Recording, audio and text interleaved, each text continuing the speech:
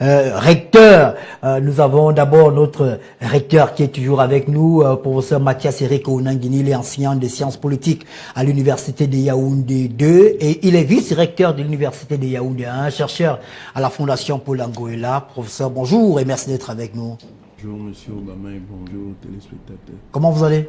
Ça va, on est là. Alors, votre émission sur les migrations internes au Cameroun est surabondamment partagée sur la toile, même si certains trouvent que vos dires ne reposent sur aucun élément scientifique. Non, il raconte des histoires. Je les défie de venir m'affronter en direct pour qu'on en parle. Celui qui est prêt à... Celui qui est prêt, qui vient.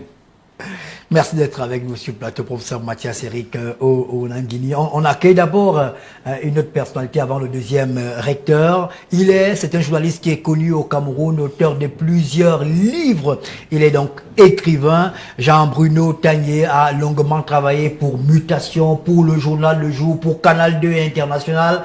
Il fait de temps en temps quelques correspondances avec nos confrères de TF1 de France 2 et même de RFI. Il est le directeur général adjoint de Naya TV. C'est une télévision, une web TV qui a une notoriété certaine au Cameroun.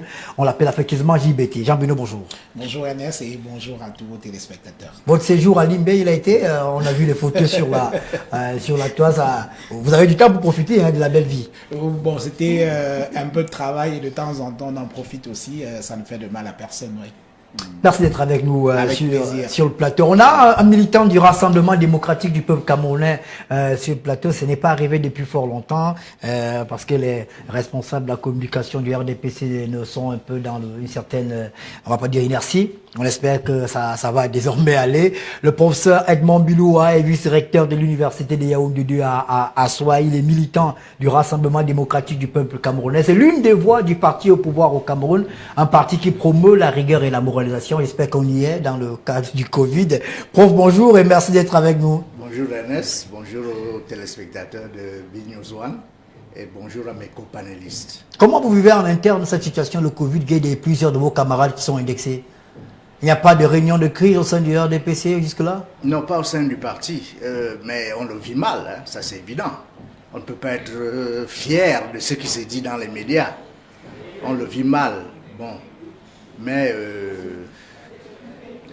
l'audit est quelque chose de normal quand on gère les fonds publics. C'est tout à fait normal.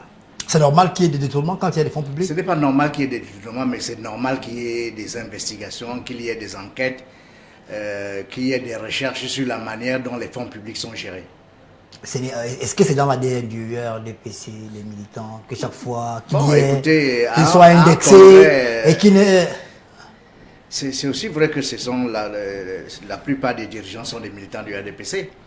Mais le président national du RDPC, à un congrès du RDPC, avait bien dit que les délinquants à col blanc n'ont qu'à bien se tenir. Et il avait dit que ceux qui seraient coupables de quelques malversations devraient rendre gorge. Donc c'est tout dire. Ça veut dire que nul n'est au-dessus de la loi, même si vous êtes militant du RDPC. Vous avez l'obligation de vous plier face à la loi.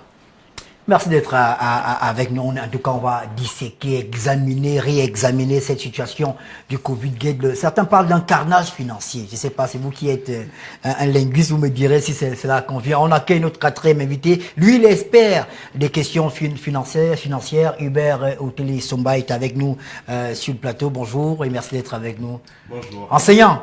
Enseignant, écrivain, et c'est long votre CV. Ça m'arrive, mais ma fonction passe pas si je suis expert financier. Alors, on verra avec vous quelles sont les conséquences de ce scandale financier sur l'économie camerounaise et surtout les rapports avec les institutions de Bretton Woods. Si cela vous convient, mesdames, messieurs, allons d'abord regarder, comme je l'ai indiqué en début d'émission, on va avoir des arrêts. Premier arrêt, on parle du ministère de la Santé, ce que la Chambre des comptes lui reproche. reproche. On ira au ministère de la Recherche scientifique pour comprendre ce qui s'est passé là-bas. On discutera sur la mercuriale du ministère du Commerce. Et enfin, on se posera la question essentielle, à quoi doit-on s'attendre? Quels seront désormais les rapports entre le Cameroun et les institutions de Bretton Woods? Quelles sont les décisions individuelles que chaque ministre doit prendre? Et quelles sont les décisions qu'on peut attendre du chef de l'État camerounais? Avant toute chose, regardons ce qui est reproché au ministère de la Santé. Et c'est notre consoeur Janice Kanga qui nous le présente, la situation. L'audit du programme 971 du ministère de la Santé publique consacré au renforcement du système sanitaire camerounais en temps de Covid-19 a rendu son premier verdict. Au total, 13 points constituent la pomme de discorde entre la Chambre des comptes et le ministère de la Santé. D'abord, la juridiction a passé au scanner l'acquisition des équipements de protection individuelle, une activité budgétisée pour un montant de 2,41 milliards de francs CFA. Il en ressort que les opérations ont été menées en violation des règles encadrant l'exécution de la commande publique. En outre, des prix supérieurs à ceux de la mercuriale ont été appliqués ici et les fiches de validation du ministère du Commerce ont causé un préjudice financier de plus d'1 milliard de francs CFA à l'État du Cameroun. Il a été également relevé de manière générale l'absence des documents comptables ne permettant pas de comptabiliser les équipements, objets des commandes, ainsi que la traçabilité de leur utilisation, ce qui n'a pas permis une vérification rigoureuse de leur destination finale. Concernant le renforcement des mesures barrières, budgétisé lui à hauteur de 70 millions de francs CFA, à la date du 31 décembre 2020, un montant de plus de 384 millions de nos francs a été consommé au titre de cette activité mise en œuvre par Accent Media Group, attributaire de 3 marchés. La Chambre relève donc grosso modo le dépassement de la ligne budgétaire,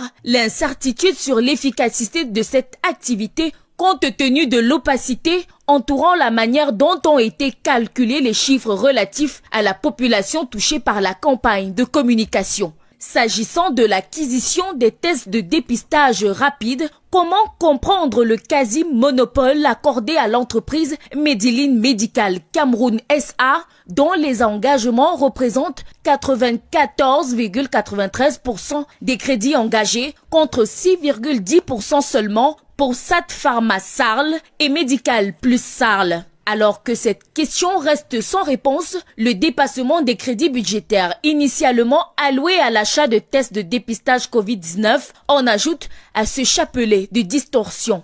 Et enfin, le prix disproportionné du transport des tests de dépistage imputés au MinSanté par Medilin Medical et Moda Holding, lui-même actionnaire de Medilin, intéresse. En effet, le coût total de transport a été porté à plus de 384 millions, un prix non proportionnel aux quantités de tests livrés. Résultat, un test chez Medilin coûte 17 500 francs, plus cher de 10 415 francs que si le ministre de la Santé avait passé commande directement au fabricant Biosensor qui proposait l'unité à 7 084 francs CFA.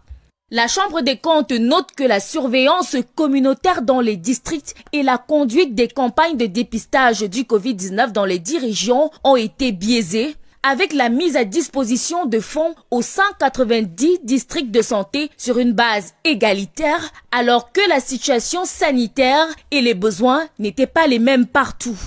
Autre pomme de discorde, l'absence d'un barème national défini par le MinSanté pour ce qui est des primes versées au personnel impliqué dans la gestion de l'épidémie a entamé des pratiques divergentes et des montants différents.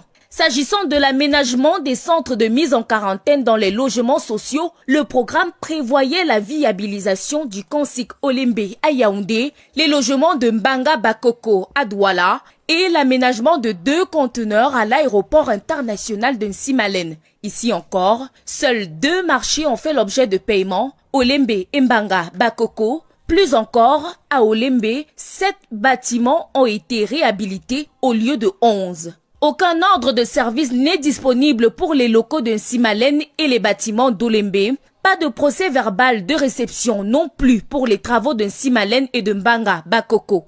6e point, la gestion de la quarantaine des passagers arrivés au Cameroun en contexte d'épidémie, budgétisée, elle, à 450 millions de francs CFA. Elle a été largement dépassée, 193 millions de plus que l'enveloppe initiale, alors que certains hôtels réclament encore leur dû, des restes à payer qui s'élèvent à 54,3 millions de francs CFA.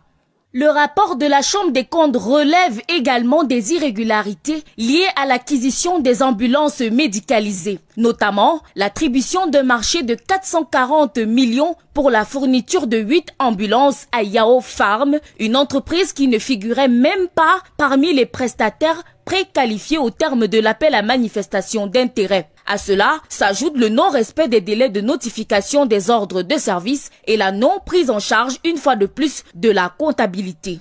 À la date du 31 décembre 2020, 8 mois après autorisation, aucune ambulance n'avait été livrée. En ce qui concerne l'acquisition des équipements médicaux de prise en charge des patients atteints de Covid-19, il est reproché au ministère de la Santé l'attribution opaque des marchés spéciaux avec 96 fournisseurs qui se sont vus attribuer des marchés alors qu'ils ne figurent même pas sur le fichier des prestataires agréés et le non-enregistrement de 27 marchés, entre autres griefs, pour un préjudice de près de 75 millions de francs CFA. L'acquisition des médicaments de prise en charge du Covid a été également viciée selon la Chambre des comptes.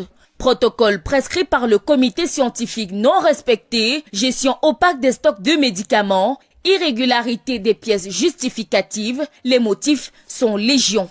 Le MinSanté était aussi chargé de l'aménagement et l'équipement des centres spécialisés de prise en charge des patients atteints de Covid, des morgues et des espaces publics. Dans ces domaines non plus, le département ministériel n'a pas visiblement brillé par sa transparence. Double paiement des marchés, retard dans l'exécution des 10 marchés, de nombreuses irrégularités qui viennent en rajouter aux accusations portées à l'administration Manaouda.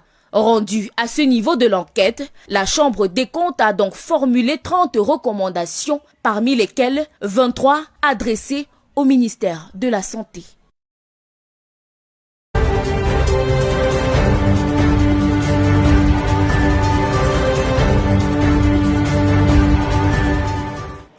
Merci à Janice Kamga pour cette excellente synthèse sur le cas spécifique du ministère de la Santé. Ce sera la même chose avec le ministère de la Recherche scientifique. Vous avez écouté ce qui est reproché au ministère de la Santé, les 13 péchés capitaux du ministère de la Santé. D'abord, vous, professeur Edmond Bidoua, qu'est-ce qui peut expliquer ce qui est arrivé au ministère de la Santé? C'est vrai que l'enquête est en cours. Pour le moment, il n'y a pas de coupable. Mais quand vous écoutez ces rapports, quand vous le lisez, quel est le commentaire que cela vous suggère? On est un peu embarrassé. Parce que, vous voyez, une administration, c'est un partage de responsabilités. Bon, il y a un ministre ou un chef d'entreprise ou un directeur général est accompagné d'une batterie de collaborateurs. Donc, avant que un document n'arrive à la signature finale, il passe par des collaborateurs qui sont supposés vérifier la régularité du processus. Vous voyez? Donc, il y a un bureau des engagements, il y a un bureau des ordonnancements, il y a un contrôleur financier. Donc, si par exemple... Attention, je ne vous coupe pas. Oui. Je rappelle que dans le cadre du Covid, c'est une opération spéciale, oui, et que le ministre a mis en place une équipe spéciale. Et les informations qui nous reviennent, c'est que le contrôleur financier n'était pas dans le circuit de l'équipe spéciale qui a été mise en place. C'est peut-être ça le problème. Parce que même si vous mettez en place une équipe spéciale, les règles déontologiques en matière de gestion administrative doivent toujours être respectées. Donc, si dans une ligne, vous avez 1 milliard, il y a quelqu'un qui va vous dire, vous ne pouvez pas aller au-delà d'1 milliard. Si vous voulez aller au-delà d'1 milliard, vous devez faire un transfert de ligne. C'est-à-dire que vous devez demander de l'argent qui vient d'une autre ligne pour aller dans une autre ligne, si les deux lignes sont dans un même programme. Alors, Je vous coupe pas, mais on nous signale qu'il y a quelqu'un qui a un téléphone ouvert qui crée les interférences. Il y a un téléphone on vous prie de fermer vos téléphones. On va demander au caméraman de récupérer tous les téléphones sur le plateau pour permettre à nos téléspectateurs d'avoir une... mot d'avion ça va, mais ça ne dérange pas. Prenez tous les téléphones pour que nous soyons, que ceux qui sont à la maison, au quartier, puissent nous écouter tranquillement. Je rappelle que vous pouvez nous suivre sur StarTime au canal 752, sur Créoline au canal 11 et sur les autres Suicom et Digital. Allez-y, professeur. Dans ce groupe que le ministre a mis en place, il aurait fallu qu'il y ait des gens qui aident au quotidien le ministre à gérer les programmes du gouvernement. Le contrôleur financier, par exemple, est juge de la régularité des dépenses. Donc, le contrôleur financier passe au crible toutes les dépenses qui sont engagées. Donc, si vous mettez en place un groupe et il n'y a pas de contrôleur financier, il n'y a personne qui vous dit vous êtes en dépassement de la ligne. Il n'y a personne qui vous dit vous ne pouvez pas encaisser de l'argent au-delà de telle somme. Ça, forcément, vous aurez des problèmes. Et donc, quand on lit attentivement le rapport de la Chambre des comptes, on a l'impression que les collaborateurs du ministre qui auraient dû l'aider à gérer la santé publique au Cameroun n'ont pas été associés. C'est-à-dire, c'est la première réaction qu'on a. C'est vraiment la première réaction qu'on a. Parce que ces collaborateurs-là, si on avait demandé leur avis, ils auraient dit non, il ne faut pas faire ceci, il ne faut pas faire cela, c'est impossible, ainsi de suite, ainsi de suite. D'accord, on revient à vous. Jean Bruno, vous avez écouté la synthèse bien faite, bien menée par Janice Kamga, c'est normal, c'est la bonne école. Oui. Quel est votre commentaire? Qu'est-ce que vous en pensez? Parce qu'on est quand même là dans une affaire, j'appelle ça un carnage financier, des millions, des conflits d'intérêts, des gens des marchés fictifs, des enregistrements qui sont faux. C'est incroyable quand même. Oui, effectivement, quand on regarde un certain nombre de fautes qui sont imputées à certains managers dans le rapport de la Chambre des comptes, il y a une légèreté incroyable sur un certain nombre de fautes qui sont imputées à ces personnes-là. Et on se demande, je suis d'accord avec le professeur Biloa, où étaient les conseillers techniques. Parce qu'un ministre, un chef de département ministériel n'est pas forcément un spécialiste des finances publiques. Il est peut-être le patron, mais il a des collaborateurs qui doivent l'aider à prendre des bonnes décisions et à s'assurer que toutes ces décisions-là respectent la légalité. Mais ce n'est pas pour dédouaner les ministres, parce qu'en fin de compte, ils sont responsables de ce qui se passe. Ils sont responsables si les opérations se passent bien et ils sont également responsables si les opérations se passent mal. Donc, à charge pour le ministre de se faire entourer par des personnes qui peuvent l'aider à prendre des bonnes décisions. Sauf que malheureusement, nous sommes dans un environnement où dans les administrations, on dit rarement la vérité au patron. On est tout le temps en train de lui cirer des pompes, ainsi de suite, et c'est comme ça qu'il se trompe régulièrement. Mais sur cette affaire, Ernest Obama, globalement, il faut revenir quand même au contexte de cette affaire, de la lutte contre le coronavirus au Cameroun. C'est que le contexte est lequel? C'est que le Cameroun, comme beaucoup d'autres pays à travers le monde, a subi les contre-coups de la crise sanitaire due au coronavirus. Et donc, les institutions financières internationales, la Banque mondiale, le Fonds monétaire international, la Banque africaine de développement, l'AFD, ainsi de suite, ont décidé d'aider le Cameroun à soutenir son économie, et il y avait un certain nombre d'objectifs. D'abord, soutenir l'économie qui était fortement touchée, asphyxiée par la crise du Covid. Donc, il fallait soutenir les finances publiques. Le deuxième objectif, c'est qu'il fallait aider le Cameroun à moderniser son infrastructure de santé à travers des équipements pour améliorer le plateau technique. Parce que vous savez que le Cameroun, contrairement à beaucoup d'autres pays, consacre une part assez faible de son budget aux dépenses de santé. C'est largement en deçà des exigences de l'OMS, par exemple. Voilà. Donc, il était question d'améliorer ce système de santé. Et à côté, le gouvernement camerounais a également pris des engagements. Faire un audit régulier de la gestion des fonds mis à sa disposition par les institutions financières. Ensuite, il y avait également un engagement de faire des rapports semestriels. Donc, aujourd'hui, il est question pour le Cameroun de rendre compte de cet argent-là, sinon on pourrait ne plus obtenir d'autres engagements de la part du FMI. C'est pour cela que quand j'entends parler de la volonté du chef de l'État de lutter contre la corruption dans cette affaire, pardon, mais c'est une fumisterie. En réalité, c'est une exigence du FMI, puisque nous avons connu des scandales qui me semblent beaucoup plus importants. On n'a pas fait d'audit. La CAN 2019, qui sur le plan politique était quand même un gros scandale, parce que le président de la République, on a fait mentir le président de la République publiquement, puisqu'il avait dit le Cameroun sera prêt le jour dit, et on n'a jamais été prêt. Donc pour moi c'est un scandale. Et quand on regarde les sommes qui ont été dépensées sur l'affaire du Covid même, il y a eu le riz de Orca. On ne dit pas où est passé ce riz, alors qu'il y a quand même des choses à redire sur cette affaire. Il y a eu beaucoup de dons en nature, des finances qui ont été offerts au gouvernement camerounais. On ne nous dit pas si cet argent et ces dons ont été gérés en bon père de famille. Donc, pour moi, il y a un environnement global qui fait qu'aujourd'hui, c'est plus les institutions financières internationales qui poussent le Cameroun droit au mur à essayer de faire la lumière, plutôt qu'une volonté réelle de l'État du Cameroun à faire une lumière sur, encore qu'il y a eu d'autres scandales par le passé qui méritaient de la lumière et on n'a jamais rien fait. Alors, on va revenir à vous. Vous êtes sorti un peu pour avoir une vue globale de la situation. Prof, au ministère de la Santé, pour le moment, on reste au ministère de la Santé. Je l'ai dit, on sera méthodique, on va aller étape par étape. Après, on aura des analyses globales. Pour le ministère de la Santé, je rappelle qu'après l'opération lancée par le chef de l'État, la riposte, il y a un comité qui a été mis en place au ministère de la Santé. Il y avait...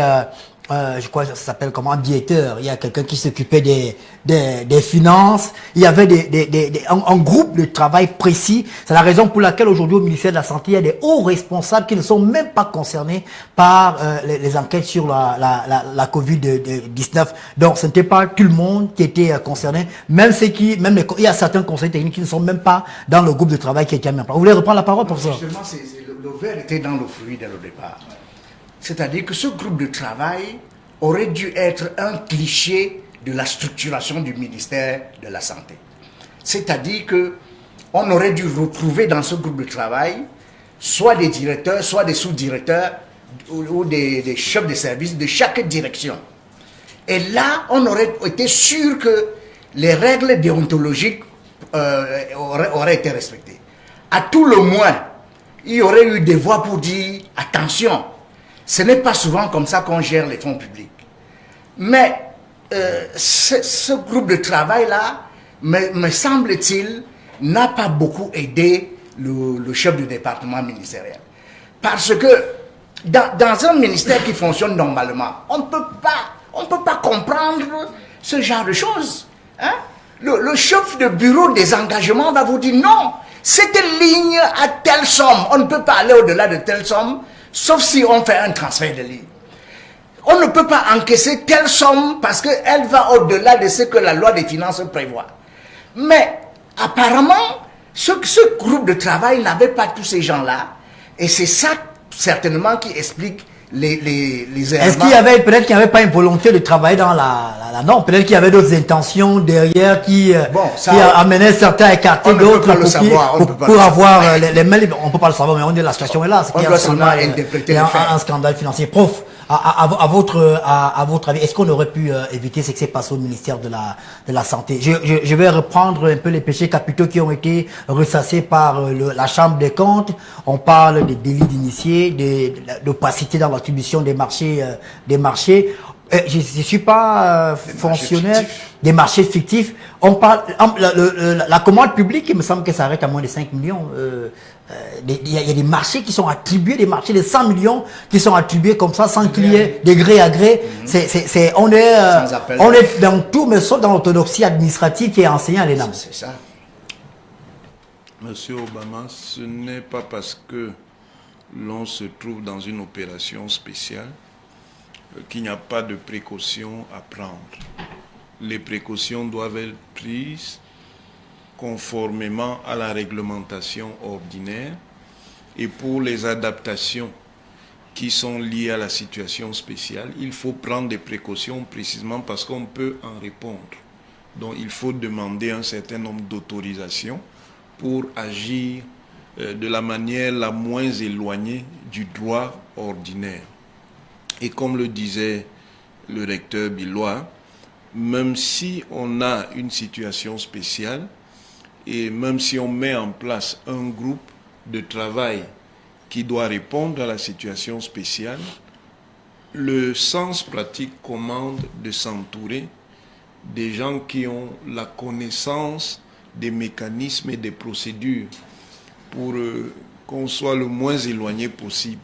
Parce que si vous ne faites pas ça, il y aura un certain nombre de fautes, évidemment, qui vous seront imputées, que vous les ayez recherchées ou que vous ne les ayez pas recherchées.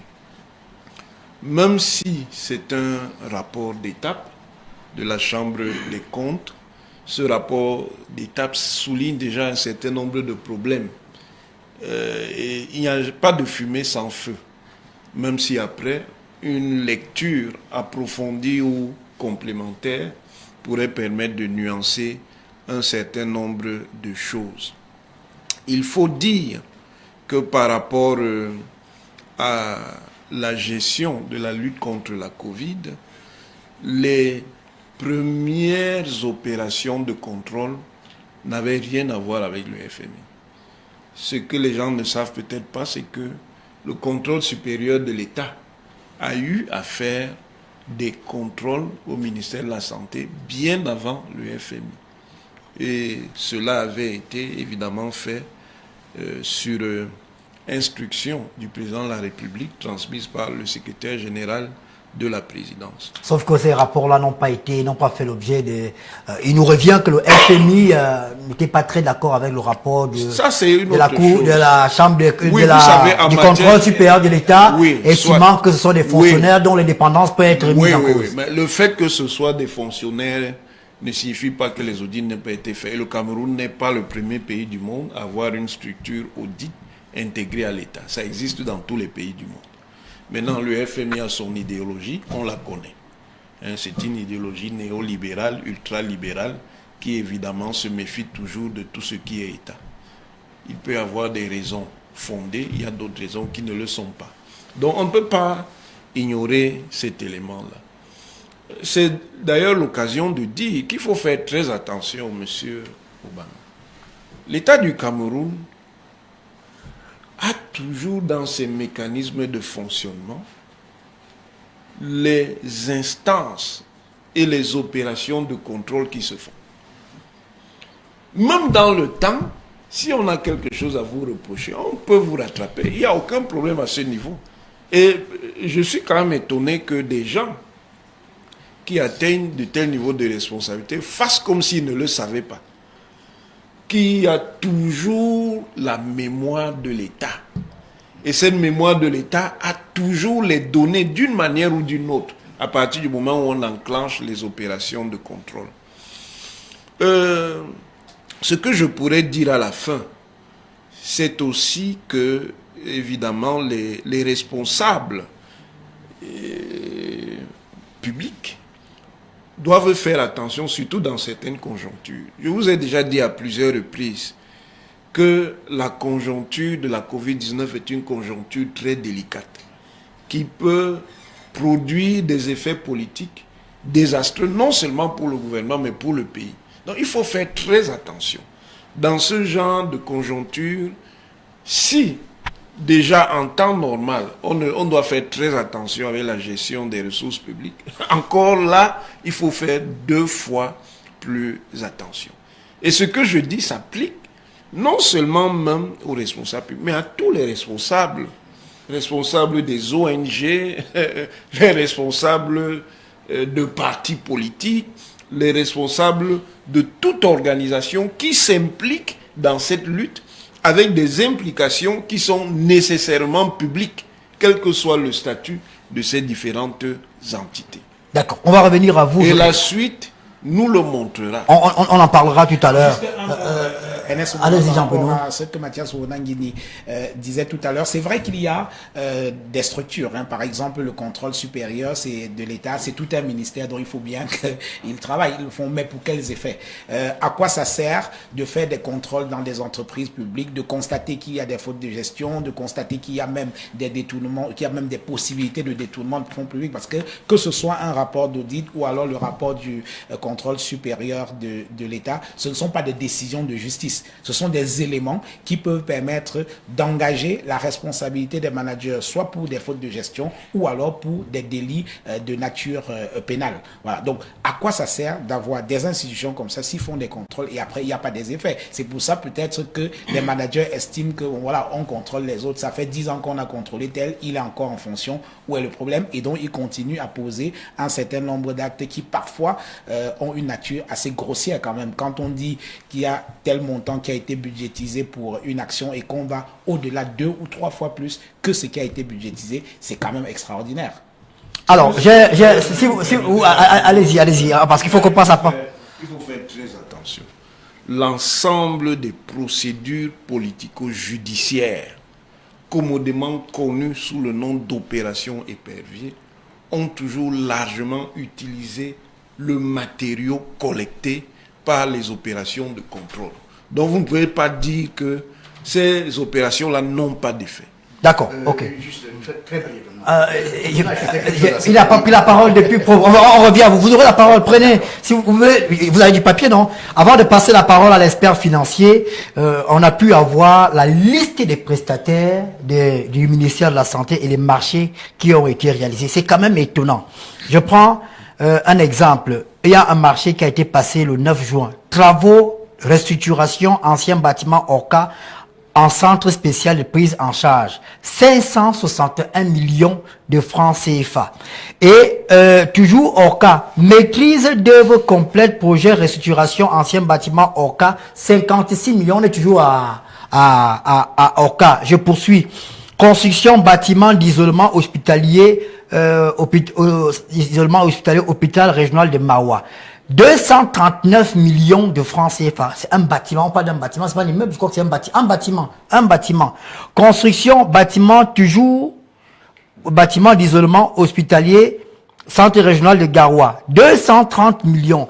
C'est quand on regarde les montants, on ne parle pas de la construction d'un hôpital. Dis donc, le prix du ciment est le même quand même au Cameroun. Et un bâtiment, c'est un bâtiment, 230 millions pour un bâtiment, ça craint.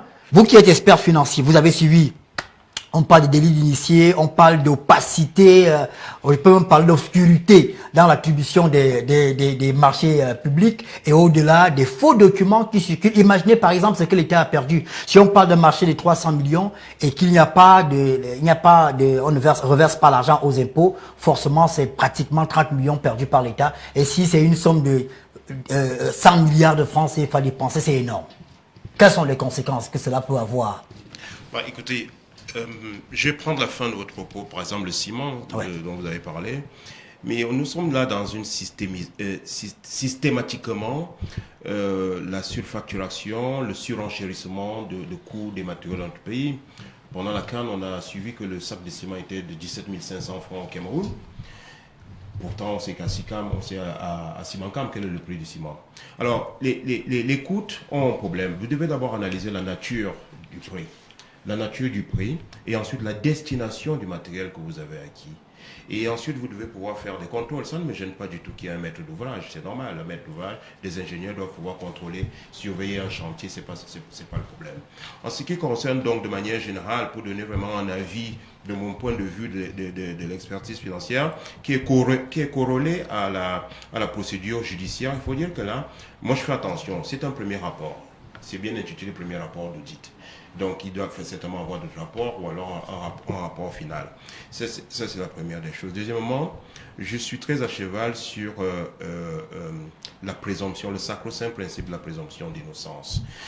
Troisièmement, j'aime le débat contradictoire. C'est-à-dire que le rapport d'audit vient d'audition, on doit pouvoir le soumettre à la personne qui a été auditée pour que la personne apporte des preuves. Et dans le cas d'espèce, un rapport d'audit n'est pas figé, il est dynamique. Donc, il peut correspondre à une vérité à l'instant T, Et puis à l'instant T+1, ce n'est plus la même chose, surtout si la personne auditoire aura apporté des preuves, aura répondu aux questions, aux manquements qui ont pu être établis par l'auditeur. Le contrôle supérieur de l'État est l'auditeur de l'État. Dans ces textes, c'est l'auditeur de l'État. Et la question qui peut aussi se poser, c'est pourquoi la Chambre des comptes de la Cour suprême, la Chambre des comptes de la Cour suprême est fondée pour mener ce genre d'enquête. Et elle audite les comptes de l'État. Elle doit rendre un rapport public chaque année. Et si vous allez à la Cour des comptes, vous allez voir qu'il y a un amoncellement de dossiers là-bas. Je pense même qu'ils ne sont pas suffisants pour pouvoir faire ce travail. Et que pour celui-là qui subitement highlight les compétences de la Chambre des comptes de la Cour suprême, on peut se poser des questions. Et il ne vous échappe pas que le président actuel de la Chambre des comptes, c'est l'ancien président du TCS, qui est M. Yapabdou, donc qui se connaît relativement bien en matière de procédure pénale en ce qui concerne les indélicatesses financières. Donc, une fois que les principes ont été bien observés de procédure judiciaire, on peut rentrer dans le dossier. Et dans le cas d'espèce, vous parlez du ministère de la Santé, ce qui peut être flagrant, ce qui peut en tout cas constituer un faisceau. Actuellement, nous sommes à l'enquête préliminaire. Donc certainement qu'au niveau de l'information judiciaire, si elle est ouverte, il va y avoir encore d'autres informations qui vont être apportées, qui vont nourrir le dossier. Et je pense que c'est un rapport d'audit. Il faut aller plus vers un diagnostic financier même et faire un rapport d'expertise financière pour qu'on puisse bien comprendre l'iter criminis dans certains cas, pour pouvoir déterminer de manière claire, précise, quelles sont la responsabilité. La responsabilité, c'est l'article 74 du Code pénal. La responsabilité pénale est individuelle. Donc, on ne peut pas exonérer la responsabilité d'un membre du gouvernement au cas où son département ministériel aurait eu un certain nombre d'indélicatesses qui lui sont reprochées. Mais une fois de plus, on ne peut pas faire la chasse aux sorcières. Les cas sont différents les uns des autres. Quand vous prenez le cas du ministère de la Santé, il y a quelque chose de constant. Par exemple, vous avez dans d'autres procédures qu'on a connues dans le passé, vous avez un fait majeur, par exemple. C'est la commande des kits de diagnostic. On va revenir sur le principe même de la commande publique. Comment la commande publique doit être passée. Les kits de diagnostic sont donc commandés à une entreprise qui est dormante depuis 2017, depuis sa création. Elle est dormante, et puis le rapport dit...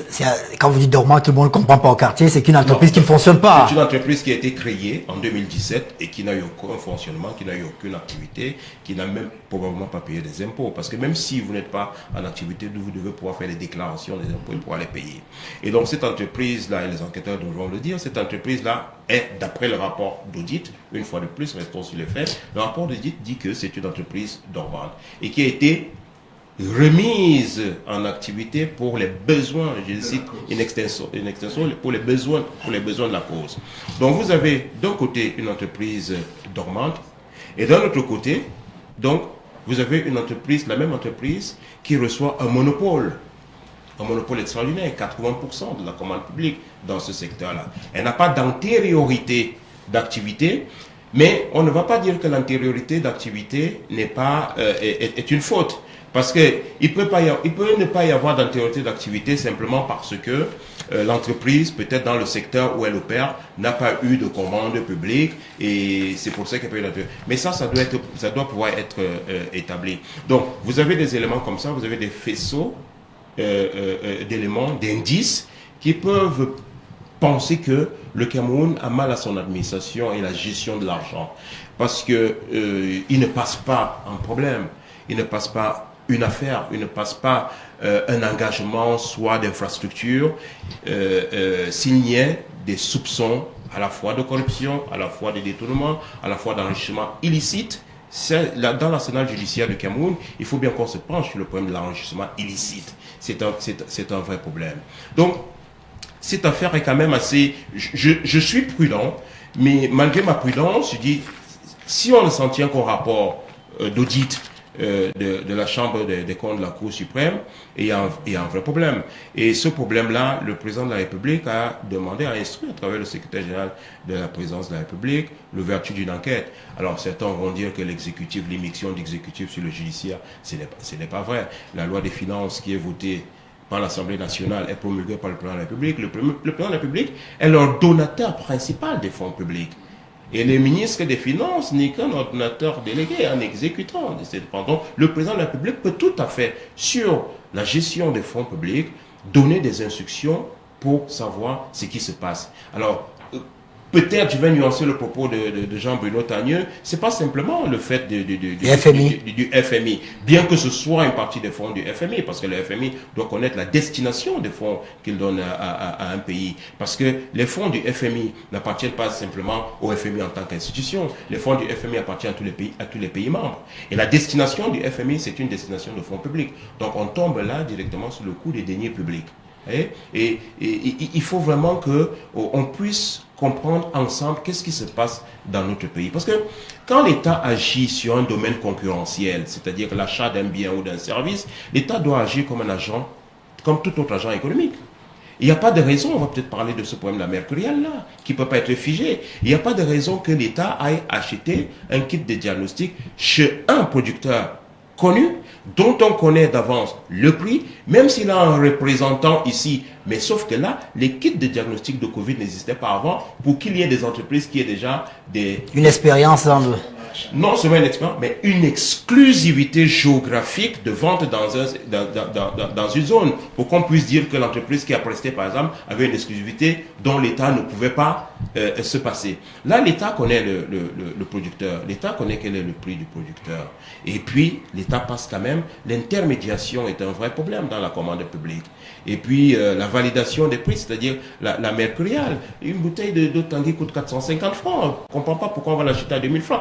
Quelle que fût l'explication donnée sur le fait que l'opérateur économique a engagé des frais avant, mais l'État ne devrait pas engager la commande publique sans avoir la ressource. Ou s'il n'y en a même pas la ressource, il y a des produits financiers aujourd'hui, de multiples produits financiers qui peuvent faire que, même si vous n'avez pas la trésorerie immédiate, la disponibilité de la trésorerie immédiate, vous pouvez engager sur des produits financiers qui sont des produits convertibles, qui peuvent permettre à l'opérateur d'aller faire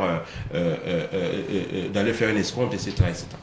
Alors, vous voulez prendre la parole, mais est-ce que ce n'est pas, puisqu'on va sortir du ministère de la Santé, pour nous aura une analyse globale de toute la situation, on ne devrait pas interroger, par exemple, le RDPC. Pourquoi? L'honorable Nithieu a été le seul à tirer la sonnette d'alarme. Il a été insulté. On a mis la presse à contribution pour l'insulter, pour dire qu'il est un faux parlementaire, qu'il est l'allié du MRC. Mais aujourd'hui, le temps lui donne raison. Entre-temps, les députés du RDPC sont restés silencieux.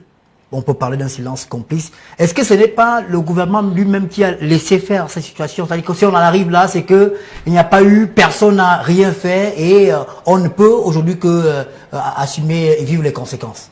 Donc avant de parler du RDPC, je voudrais ajouter à ce qu'a dit le recteur Onangini, qu'à l'intérieur des structures, dans chaque ministère, dans chaque rectorat, dans chaque direction générale, vous avez des structures de contrôle.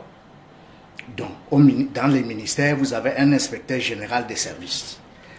L'un de ses rôles, c'est de contrôler l'action administrative. Et ils le font comment? Ils le font.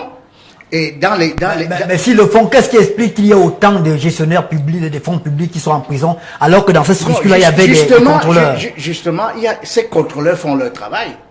C'est pour ça que certaines personnes sont indexées après plusieurs années.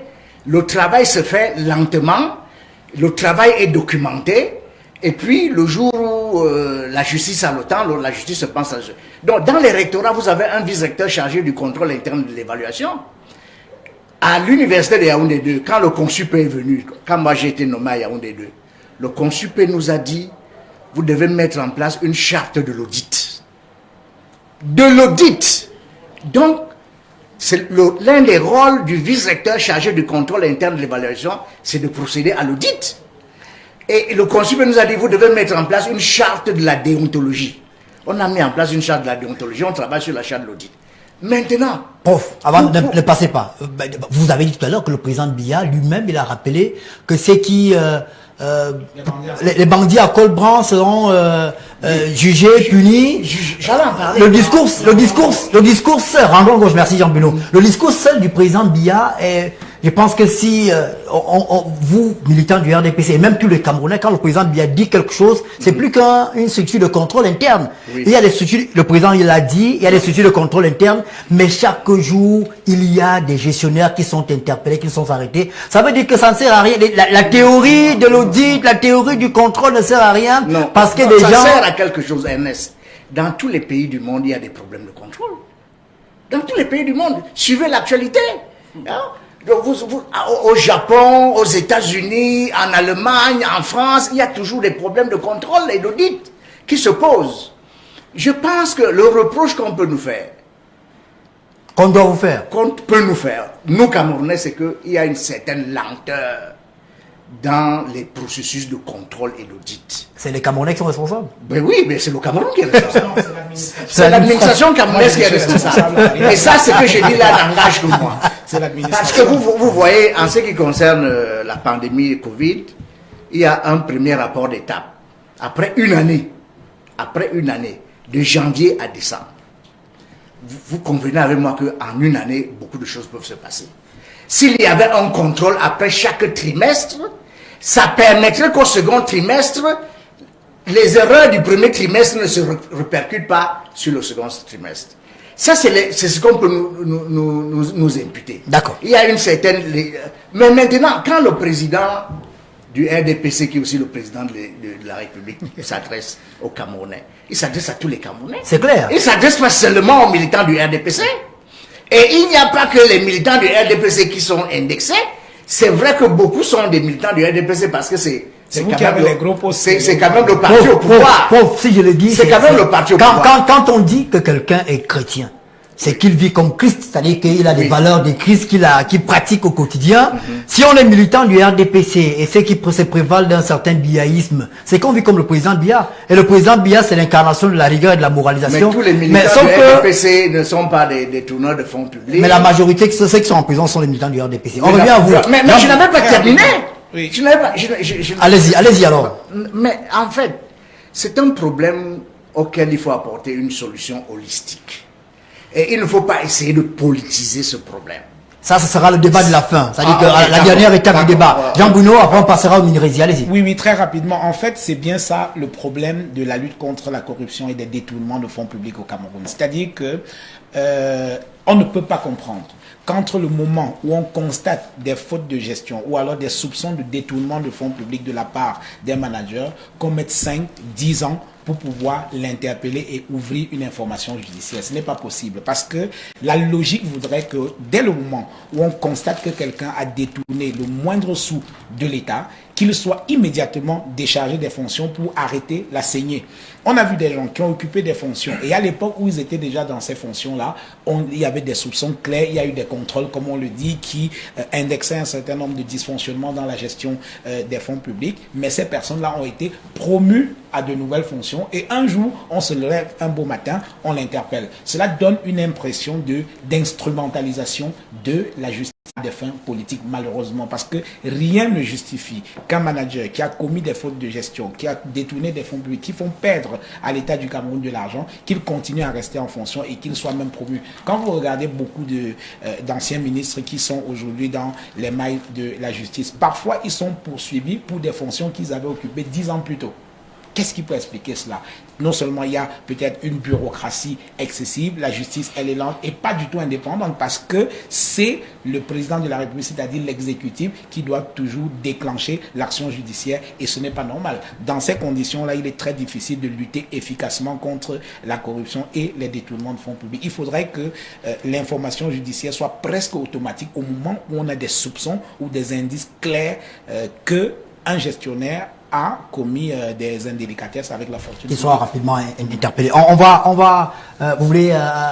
Oui, allez-y. Oui, avant de passer au ministère de la Recherche scientifique. Le professeur et Jean Bruno, il y a ce qu'on appelle en droit pénal le TTR, le traitement en temps réel. Le traitement en temps réel, l'information, elle va très vite. Donc, lorsqu'il y a un certain nombre de faits, d'infractions, d'abord, vous êtes encadré dans le temps. Pour engager la procédure judiciaire. En matière de crime, c'est 10 ans. Les crimes économiques, par exemple, c'est 10 ans. Donc, il n'y a aucune valeur pédagogique d'arrêter quelqu'un 15 ans après. 15 ans après, est-ce qu'il y a eu des faits pendant ces 15 ans qui ont permis d'arrêter, de suspendre l'action, parce qu'il y a la suspension de l'action et qui peut être prise après. Et puis, surtout, il y a aussi un fait majeur dans notre administration, dans la gestion des fonds publics et donc la dépense. Parce que l'argent des fonds publics, le président l'avait dit, c'est l'argent de tous les Camerounais, il nous appartient tous. Même quand cet argent vient de l'étranger, parce que l'article 184 qui gère le TCS, c'est le seul article que le TCS connaît, le 184, c'est quiconque obtient, reçoit frauduleusement, il faut une fraude, des biens appartenant, détenus, confiés à l'État. C'est un détournement de deniers publics. On est en plein là dans les problématiques de détournement de fonds publics. Mais comment faire pour les arrêter à un moment donné? Parce qu'il y a trop d'intervenants dans la chaîne de la dépense publique. Et trop d'intervenants rendent inefficace, inefficient la dépense publique et multiplie les goulots d'étranglement. Et lorsqu'il y a multiplication des goulots d'étranglement, multiplication d'intervenants, il y a multiplication d'intérêts et il y a surtout une lenteur excessive dans le traitement des données. Parce que lorsque, au niveau de la douane, par exemple, vous avez 11 signatures, le Cameroun fait partie de l'Organisation mondiale des douanes. Nulle part. Vous avez une évaluation des politiques publiques qui sait se faire. On sait ce qui se passe partout dans le monde. Mais pourquoi ça ne se passe pas bien ici? Donc, on doit pouvoir réfléchir ensemble sur la réforme même de notre administration, de la dépense publique. Et j'insiste sur le caractère d'agent commercial d'État lorsqu'il va sur un marché concurrentiel. Il doit pouvoir commander normalement comme tout agent économique. Voilà, merci. Je rappelle que là, on a arrêté une méthode on va pas dire du travail, mais dans cette émission, on a d'abord parlé du ministère de la Santé, on parle du ministère de la Recherche scientifique, et en fin d'émission, on évoquera dans les questions transversales. Allons voir le rapport de la Chambre des comptes. Qu'est-ce qui est reproché à madame, au ministère de la Recherche scientifique? Certains parlent d'overdose de chloroquine. Écoutons le point fait par Delphine Assiga sur les reproches qui sont formulés contre le ministère de la Recherche scientifique. On nous l'a présenté en 2020 comme la pondeuse de chloroquine, capable de produire 200 comprimés par minute selon l'Institut de technologie pharmaceutique de l'INPM. Elle était programmée à servir 6000 comprimés par heure. Les mois d'après, nous l'avait certifié la ministre de la Recherche scientifique et de l'Innovation, Madeleine Tuenté. Cette petite machine apparaissait dès lors comme la solution idoine pour faire face à la pandémie de Covid-19. Des millions de Camerounais y ont cru et continuent encore d'attendre ces comprimés qui n'arriveront jamais. Et le premier rapport d'audit de la Chambre des comptes sur l'utilisation des ressources du Fonds spécial de solidarité nationale pour la lutte contre le coronavirus semble conforter cette attente vaine. C'était donc du bluff, un bluff bien orchestré par le département ministériel. C'est que il a été alloué au ministère de Madeleine Tuenté la somme de 4 milliards 54 millions 445 000 francs CFA pour la fabrication de 5 millions de comprimés de chloroquine et 5 millions d'azithromycine. Sauf que la réalité est tout autre. L'Institut de recherche médicale et d'études des plantes médicinales INPM n'a pas lancé de fabrication locale des médicaments sollicités, mais a plutôt procédé à l'acquisition en Inde de 5 millions de comprimés d'hydroxychloroquine et de 500 000 comprimés d'azithromycine qu'il a fait emballer au Cameroun. Une procédure contraire à la réglementation en vigueur qui confie l'acquisition des médicaments à la Centrale nationale d'approvisionnement en médicaments et consommables essentiels, CNAME en abrégé. Même si la cargaison de médicaments respectait les bonnes pratiques de fabrication, il faut noter qu'elle n'a jamais été transférée au ministère de la Santé publique pour être fournie au centre de prise en charge en dépit des instructions de la présidence de la République. Autre bavure du ministère de la Recherche scientifique et de l'Innovation, la rénovation du site devant servir à la production des médicaments. Sur les 70 millions de francs CFA débloqués, 15 387 629 francs CFA ont été utilisés pour des dépenses éloignées de l'objectif. L'INPM a signé des contrats avec une entreprise non existante, dont fictive, et une entreprise inactive. Les limites de l'Institut, dont sa capacité à produire la chloroquine et l'azithromycine, avaient déjà été mises à nu le 28 avril 2020. En effet, la lettre était partie du rapport d'évaluation de la direction de la pharmacie des médicaments et du laboratoire du ministère de la Santé publique.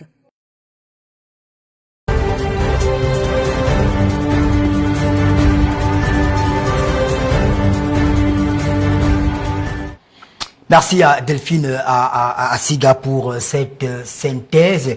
Avant de passer la parole aux uns aux autres, on a pu retrouver un extrait de Madame Madeleine Chuente sur la production de la chloroquine. Elle a été interviewée par nos confrères de Naya TV. Regardez. Moi-même, j'ai 1200 séros, des sérums positifs dans notre sérothèque. Comme vous avez vu, nous les gardons à partir des chauves-souris du Cameroun, qui avaient des coronas, mais qui n'étaient pas des coronas avec la même virulence. Ce nouveau corona qui est né en Chine, peut-être il a déjà changé de génome au niveau de Paris, peut-être il a encore changé au niveau de Yaoundé. Nous sommes en train de suivre. Ce que je disais, c'est qu'actuellement nous avons 200 cas. Si par malchance, ce génome-là rentre avec la transmission interespèce, si ça passe chez la chauve-souris, c'est qu'on est tous morts. Parce qu'on a 500 000 chauves-souris qui sont des porteurs sains. Et s'ils ont cette variété-là, ce mutant-là, c'était mutant. Ce n'est pas que le corona n'existait. J'ai des coronas là-bas au ministère, dans nos laboratoires. Mais le 19 est né en Chine. Pour le moment, les scientifiques pensent que c'est parti de la chauve-souris.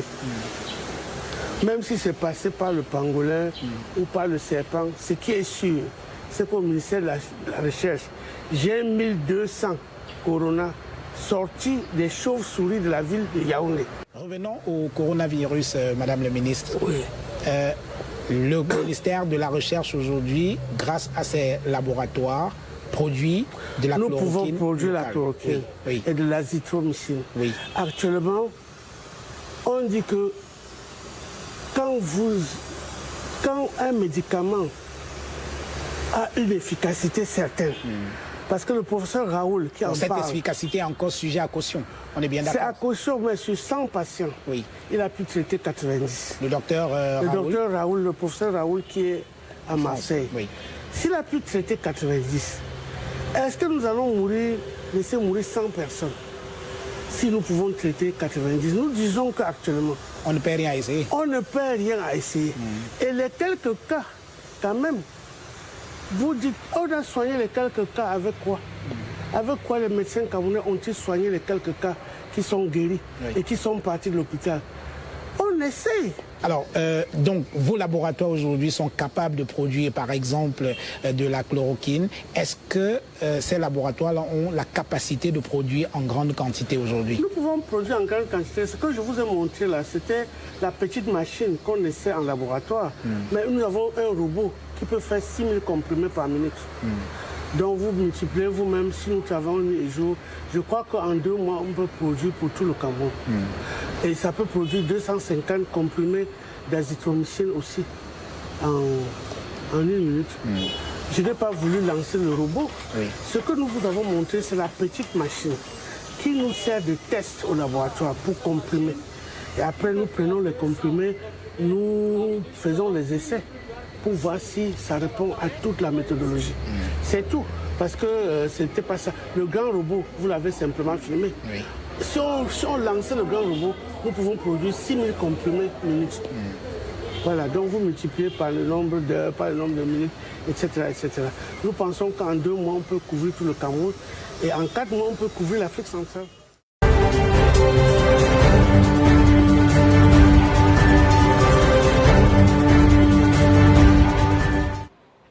Merci. On vous dit merci d'avoir utilisé vos images, Jean Bruno. Le ministre de la Recherche scientifique rassurait que le Cameroun peut produire la chloroquine. On a vu la pondeuse, la petite pondeuse, et vous avez vu le robot. Elle parle d'un robot qui veut produire plus de comprimés. Quelle est, selon vous, la situation au ministère de la Recherche scientifique? J'ai vu quelques documents qui circulent sur Internet où Madame le ministre indique qu'elle a reçu une instruction contraire de ne plus produire mais d'importer. Oui, moi aussi j'ai lu ce document.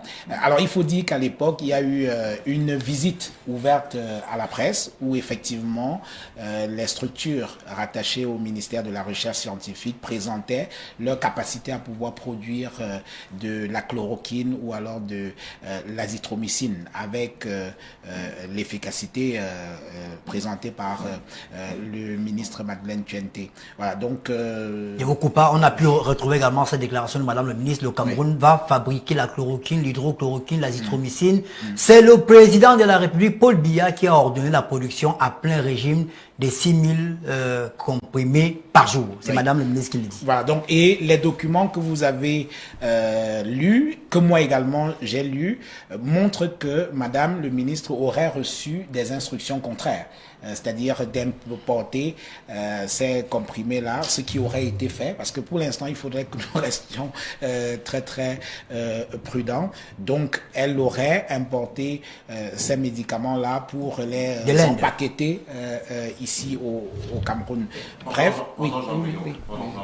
Je vais préciser. Oui. La lettre en question, c'est la lettre du ministre d'État SGPR. La lettre ne dit nulle part qu'il faut importer. La lettre dit de suspendre la production, la fabrication, et de ne pas utiliser les 4 milliards supplémentaires qui ont été destinés. Mais entre-temps, il y a eu 657 millions qui sont sortis, et les 657 millions ont été l'objet non pas de la production locale, mais on a importé des produits en Inde ainsi que les intrants. On les a reconditionnés au Cameroun. Et ensuite, dans la même instruction du SGPR, le SGPR demande, après avoir vérifié la qualité et la quantité des stocks actuels à l'INPM, de bien vouloir les transférer au ministère de la Santé. Donc, nulle part, il n'a été prescrit de faire une importation parce que le président de la République, sauf à se dédire, ne peut pas avoir donné une instruction de produits localement, ce qui est en droite ligne avec ce qu'il avait déjà dit de consommer camerounais. Et puis surtout parce qu'au plan financier, au plan économique et financier, ça réduit les coûts de produire ici localement. Et donc, mais par la suite, et là, moi, j'ai pas les avis subjectifs, mais je pense avoir une affection particulière envers Madame le ministre de la Recherche scientifique. Elle est plutôt sympathique, hein. Oui. C'est pas Jean Bruno qui me démentirait. Parce que là, il s'agit d'un problème. Quand on a la chance d'interviewer une personne comme ça qui accepte, oui. Voilà. Parce que là, il y a l'INPM. C'est la structure dédiée. Absolument. Et l'INPM a un contrôle financier autonome. Et l'INPM, donc, la question qui se pose là, pour la responsabilité de Madame la ministre, c'est de savoir, est-ce que les fonds publics sont partis du Trésor ou alors du comité du ministère de la Santé pour aller directement à l'INPM? Attention, je ne vous coupe pas. Ce n'est pas le ministère de la Santé qui gérait les fonds. Les fonds étaient au ministère des Finances. C'est le ministère des Finances qui... Sur instruction, c'est-à-dire que le comité pilotait, tout à fait, coordonné, etc. Donc, est-ce que les fonds sont partis directement du Trésor public pour l'INPM et que l'INPM a fait? Là, on est dans le cadre de ce qu'on appelle un détournement d'objet. C'est un détournement de deniers publics. Détournement d'objet, c'est-à-dire que les fonds ont été affectés pour la production locale. Vous êtes parti importer. Et est-ce que l'INPM a informé, il faut être prudent, Madame le ministre de la Recherche scientifique, que de sa démarche, importé de cette démarche-là, et qu'elle l'aurait accepté par écrit également, l'administration étant écrite, ou alors est-ce que lorsque Madame le ministre, encore on suppose, les suppositions ne sont pas des éléments factuels, est-ce que Madame le ministre, une fois qu'elle aurait reçu cette information, a-t-elle informé également la personne par la liste des formes qui lui a donné l'instruction de produire localement, que je fais face à un problème, je ne peux plus produire localement et je dois importer la marchandise? Jean-Bruno, vous voulez acheter quelque chose, c'est bon? Non, ça va. Oui. Prof, d'abord le prof Biloua. Bon, allons sur l'hypothèse. Quand on écoute l'expert, c'est que la première avance a été faite, la chloroquine a été produite en dehors des importations qui ont été également faites. Et dans le rapport de la Chambre des comptes, on dit... La chloroquine a été importée. Dans le rapport de la Chambre des comptes, on dit que le Minérésie n'a jamais mis à la disposition du ministère de la Santé la chloroquine importée. Je crois que j'ai bien lu, hein, je me trompe peut-être. Donc le ministère de la Santé n'a pas eu cette chloroquine-là. Où sont passés les comprimés en question? Est-ce qu'ils ont été revendus? Est-ce qu'ils sont stockés à l'INPM? Est-ce qu'ils ont été vendus à un autre pays? Non, pardon. Là aussi, il faut faire attention. Oui. L'audit n'est pas figé. À la date du rapport d'audit, les comprimés n'étaient pas encore au ministère de la Santé. Mais il devait arriver quand à cette date-là, nous sommes, le rapport d'audit, ça fait combien de mois qu'il a été produit? Entre-temps, l'audit a été lancé il n'y a pas longtemps, en mars. Il a été on était là loin du pic même. Un an après, ce qui est intéressant, c'est de savoir si entre-temps, c'est pour ça qu'un audit doit être soumis à débat contradictoire. Est-ce qu'entre-temps, les comprimés existants, le stock existant, parce qu'il a effectivement existé, le stock importé, est-ce qu'il a été transféré au ministère de la Santé? Alors, vous êtes l'expert, mais je me pose une question simple. La réponse contre le Covid, je pense que nous sommes au mois de mars, avril, si je ne me trompe pas, qu'elle est lancée. C'est dans l'urgence qu'on a demandé que ces comprimés soient produits. Et jusqu'en mars, il n'y a aucune trace de comprimés. Vous me dites que peut-être qu'ils vont arriver aujourd'hui ou demain. Je pense qu'il y a un an après. Et même là, il y a bien un problème si les comprimés arrivent un an après. Non, les comprimés sont là. Mais pourquoi ils n'ont pas été mis à la disposition du ministère? Les stocks existent à l'IMPM. Le document du SGPR est clair. Les stocks existants, ils ont l'information. Il faut vraiment être très précis en matière pénale. Les stocks existants, actuellement à l'IMP, vérifiez la quantité et la qualité et transférez-les au ministère. Le document date de novembre. À moins que la qualité a été remise en cause. C'est-à-dire qu'on a vu que c'est... Mais vous avez reconditionné au Cameroun, donc il y a un problème de traçabilité. Il y a un problème de contrôle. Le producteur ne vous a pas autorisé à aller reconditionner son produit. Donc naturellement... Donc forcément le produit n'est plus bon. Mais il y a des non, pas ça. Il y a des laboratoires ici. Il y a plein de laboratoires qui contrôlent la qualité. Il y a la Nord même, etc. Donc on peut contrôler. D'accord. Pour la Nord, je pense que la Nord a seulement la Nord a été mise à l'écart parce que normalement dans le comité de gestion, même le comité scientifique, la Nord devait être là pour jouer pleinement son rôle. Allez-y, professeur Biloua. Je pense qu'il y a beaucoup de zones floues en ce qui concerne le Minerési. Parce que d'après ce que j'ai lu dans certains journaux, on ne sait pas exactement si les fonds avaient été envoyés du ministère au Minerési ou s'ils ont été envoyés directement à l'IMPM. Parce qu'il peut aussi arriver que les fonds d'un ministère partent soit du ministère de l'économie, soit du ministère des finances, vers une structure qui dépend d'un ministère. Ça peut arriver. Il y a certaines facultés, certaines écoles professionnelles qui reçoivent des financements directement. Donc si c'est l'IMPM, la responsabilité du ministre n'est pas engagée, alors que c'est une entité qui est placée sur la tutelle du ministère. Oui, si c'est l'IMPM, en ce moment-là, l'IMPM a la responsabilité de rendre compte. Ouais, c'est pour ça que l'IMPM a un contrôleur financier, c'est pour ça que l'IMPM a un agent comptable. Vous voyez. Bon, maintenant, étant donné qu'on ne sait pas trop ce qui s'est passé, il faut qu'on laisse il faut que la Chambre des comptes fasse un autre rapport, ou alors que le Minerési et l'IMPM eux-mêmes décident de nous dire exactement ce qui s'est passé.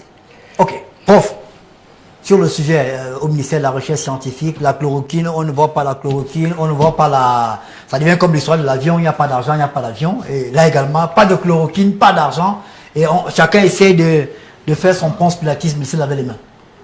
De toutes les manières, les premières informations et les premières données présentées par le rapport d'étape de la Chambre des comptes montrent qu'il y a quelque chose de pas normal qui s'est passé. Maintenant, dire qu'il y a quelque chose d'anormal ne précise pas exactement de quoi il s'agit. Il faut donc savoir effectivement ce qui s'est passé. Soit le ministère, le Minerési, ayant donc déclaré suivre l'instruction du président en termes de production locale de médicaments appropriés pour lutter contre la COVID-19, a commencé à agir et a constaté dans son action qu'il y avait des contraintes, notamment des contraintes techniques. Mais si c'est le cas, normalement, la ministre devait le signaler par écrit à sa hiérarchie et dire quelles étaient les raisons qui empêchaient donc que le processus de fabrication des médicaments continue. Indiquer ce qui avait déjà été fait et à quel coût, donner donc toutes les informations nécessaires et attendre donc maintenant qu'on lui donne de nouvelles instructions. Soit En réalité, le MINRESI, s'appuyant sur sa structure technique l'IMPM, avait bel et bien les moyens de fabriquer les médicaments, mais que les responsables ont cru que c'était l'opportunité donc de gagner de l'argent et ont donc construit un scénario pouvant leur permettre de le faire. Ça, ce sont les enquêteurs qui doivent dire exactement ce qui s'est passé à ce propos. D'accord. Allez, on va pour permettre aux autres de faire des analyses transversales, on va finir par le ministère du Commerce. Normalement, un papier était prévu il devait être réalisé par Audrey Pomme en ce qui concerne la mercuriale dont parlait notre expert tout à l'heure. Malheureusement, donc, ce papier n'a pas été monté à temps. Je vais me faire donc le porte-parole d'Audrey Pomme pour faire la synthèse de la recherche qu'elle a menée. On a appris effectivement qu'au ministère du Commerce, c'est le directeur de la métrologie et des prix qui a d'abord envoyé un premier document au ministère de la Santé, donc les prix mercuriels de la Covid. Apparemment, le ministre n'avait pas vu le document en question. Quand le document est parti au ministère de la Santé et qu'il a reçu sa copie, il s'est rendu compte que ces prix qui ont été arrêtés n'étaient pas... Du moins, il y avait des suspicions. Il a saisi automatiquement le ministre de la Santé et lui a demandé d'annuler cette homologation-là, qu'une autre homologation va arriver plus tard. Il a créé sur arrêté une commission d'homologation dirigée par l'inspecteur général des services du ministère du Commerce et qui a à sa tête le président de la commission anticorruption du ministère du Commerce. Et le prix qui a été arrêté, selon nos enquêtes au ministère du Commerce, c'est 7500 francs le kit. 7500 francs le kit de 25 tests. Ce n'est pas le test à 17 500, c'est 17 500 francs le kit de 25 tests et non un test à 17 500. L'homologation a été envoyée au ministre de la Santé avec copie au ministre des Finances, au secrétaire général des services du Premier ministre. Et après, il y a eu... le prestataire a contesté. Et c'est la liste du prestataire qu'on a pu avoir qui circule partout sur Internet qu'on a là. Je pense que je vais la lire pour qu'on soit au même niveau d'information. Yaoundé, le 9 décembre 2020, monsieur le DG de Mediline Medical Cameroun SA. Mediline Cameroun SA, c'est l'entreprise dont on parlait tout à l'heure, qui a été créée en 2017 et qui était en veilleuse. À monsieur le ministre du Commerce, objet, requête sur les prix mercuriels ordonnés par les services compétents de votre département ministériel. Entre parenthèses, voir la fiche de validation datée du 1er juin 2020, jointe en annexe. Monsieur le ministre, nous venons respectueusement auprès de votre haute personnalité vous solliciter pour trouver une solution sur les réserves émises par notre société Mediline Medical Cameroun SA concernant les prix à pratiquer que le service des enquêtes et de la constatation des prix de votre département ministériel a validé. Voir fiche de validation en annexe. En effet, nous vendons un test à 17 500 francs. Point. On se trouverait avec d'énormes pertes si notre livrable devait coûter 17 500 francs par kit de 25 tests par carton, comme cela est mentionné dans la fiche de validation annexée. Les factures détaillées des prix d'achat du matériel chez nos fournisseurs sont jointes en annexe, y compris les images avec les spécifications techniques ainsi que la fiche de validation. La fiche validée par le ministère du Commerce en juin, c'est 17 500 le test de 25, le kit de 25 tests. Et c'est au moment du paiement, au moment d'être payé, que le prestataire réclame. Et nous sommes déjà il a écrit en décembre 2020. Voilà ce qu'on peut, du moins ce que je sais en ce qui concerne le ministère de la Santé. Dans les hypothèses possibles, soit il y a eu un faux document sur lequel on s'est basé au ministère de la Santé pour payer le prestataire à 17 500 le kit parce qu'il y a une facture qui a été publiée par l'influenceur Boris Berthold qui circule sur la toile où le test est vraiment à 17 500. Est-ce qu'il y a un mot sur cette question-là des prix arrêtés? D'abord l'expert. Oui, bien sûr, vous avez dans la commande publique, vous avez la nomenclature de l'objet, le prix, etc. Et nous faisons face à une situation de l'offre et la demande. Pourquoi faille-t-il que sur des produits qu'on vient de découvrir, qu'il y ait déjà une mercuriale et qu'il y ait une validation du ministère du Commerce? Pourquoi voulez-vous que l'offre et la demande ne s'appliquent pas? C'est-à-dire qu'il y a une demande, le gouvernement du Cameroun a besoin de kits. Le gouvernement du Cameroun sait là où il achète les kits. Le gouvernement du Cameroun sait quel est le prix. de ces kits de tests de diagnostic de Covid 2019. Est-ce qu'il a besoin en même temps d'intégrer, et c'est pour ça que je vous dis, la multiplication des intervenants dans la commande publique est un problème. Elle dilue la responsabilité des gens, elle augmente les coûts, elle surenchérit les coûts, et elle crée une opacité telle que finalement vous ne savez pas qui est responsable de quoi. Parce qu'on va se retrouver là à un jeu de ping-pong où vous avez justement le ministère de la Santé qui rejette la faute au ministère du Commerce, le ministère du Commerce qui rejette la responsabilité du ministère de la Santé. Entre-temps, vous avez l'opérateur économique qui fait presque une injonction. Au ministre. Qui fait presque une injonction, parce que je ne sais pas comment on peut analyser cette lettre-là autrement que cela. Alors, mais je vous coupe pas, je rappelle que normalement, dans l'orthodoxie administrative, ce n'est pas le prestataire qui doit écrire au ministre du Commerce. C'est l'ordonnateur, c'est le ministère de la Santé qui doit écrire au ministère du Commerce. Alors, donc voilà. Et quand vous superposez cela au fait que l'entreprise était dormante, qu'elle a reçu un monopole, qu'elle a reçu un grand pactole, parce que le problème n'est pas le marché de gré à gré, il existe dans le Code des marchés publics. Le problème n'est pas le marché spécial, il existe dans le Code des marchés publics.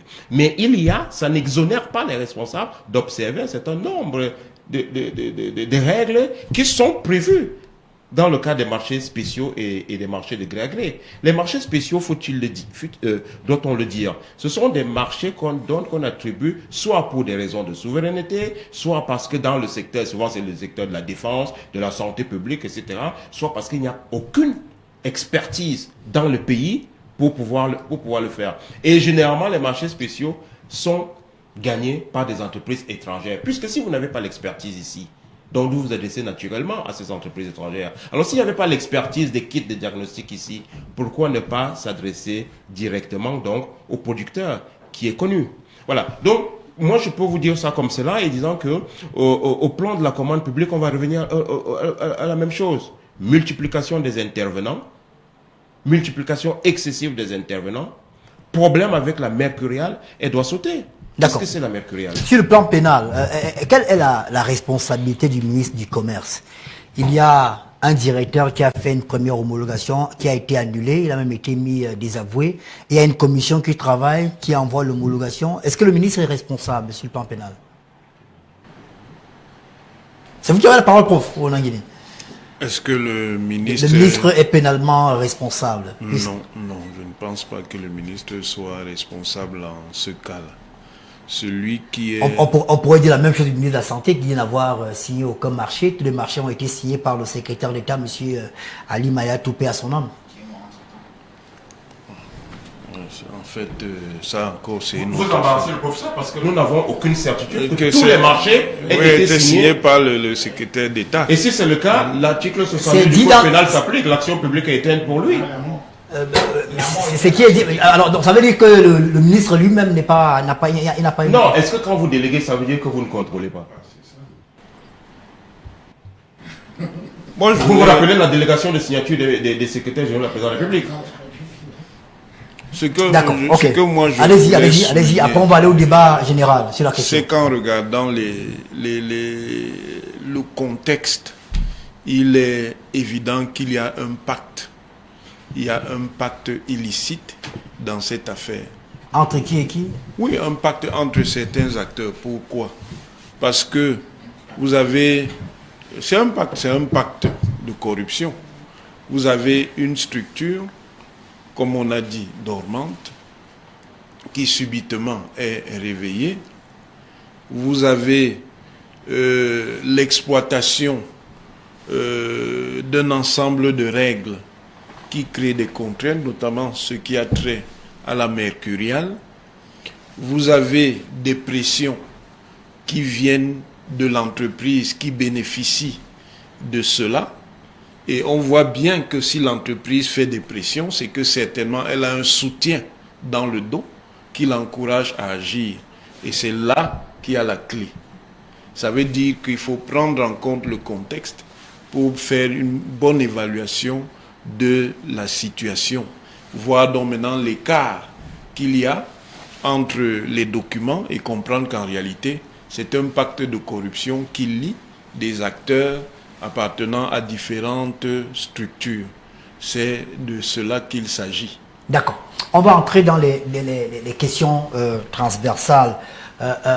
On commence par Jean Bruno. À quoi doit-on s'attendre aujourd'hui sur la toile? Certains se disent que normalement un ministre qui est poursuivi dans le cadre d'une enquête devrait remettre son tablier, attendre que son honneur soit lavé avant de réintégrer le gouvernement. On me dira peut-être que ce n'est pas l'église où on peut entrer et ressortir comme on veut. À quoi peut-on s'attendre aujourd'hui et quelles sont les conséquences que ce scandale financier peut avoir sur le Cameroun?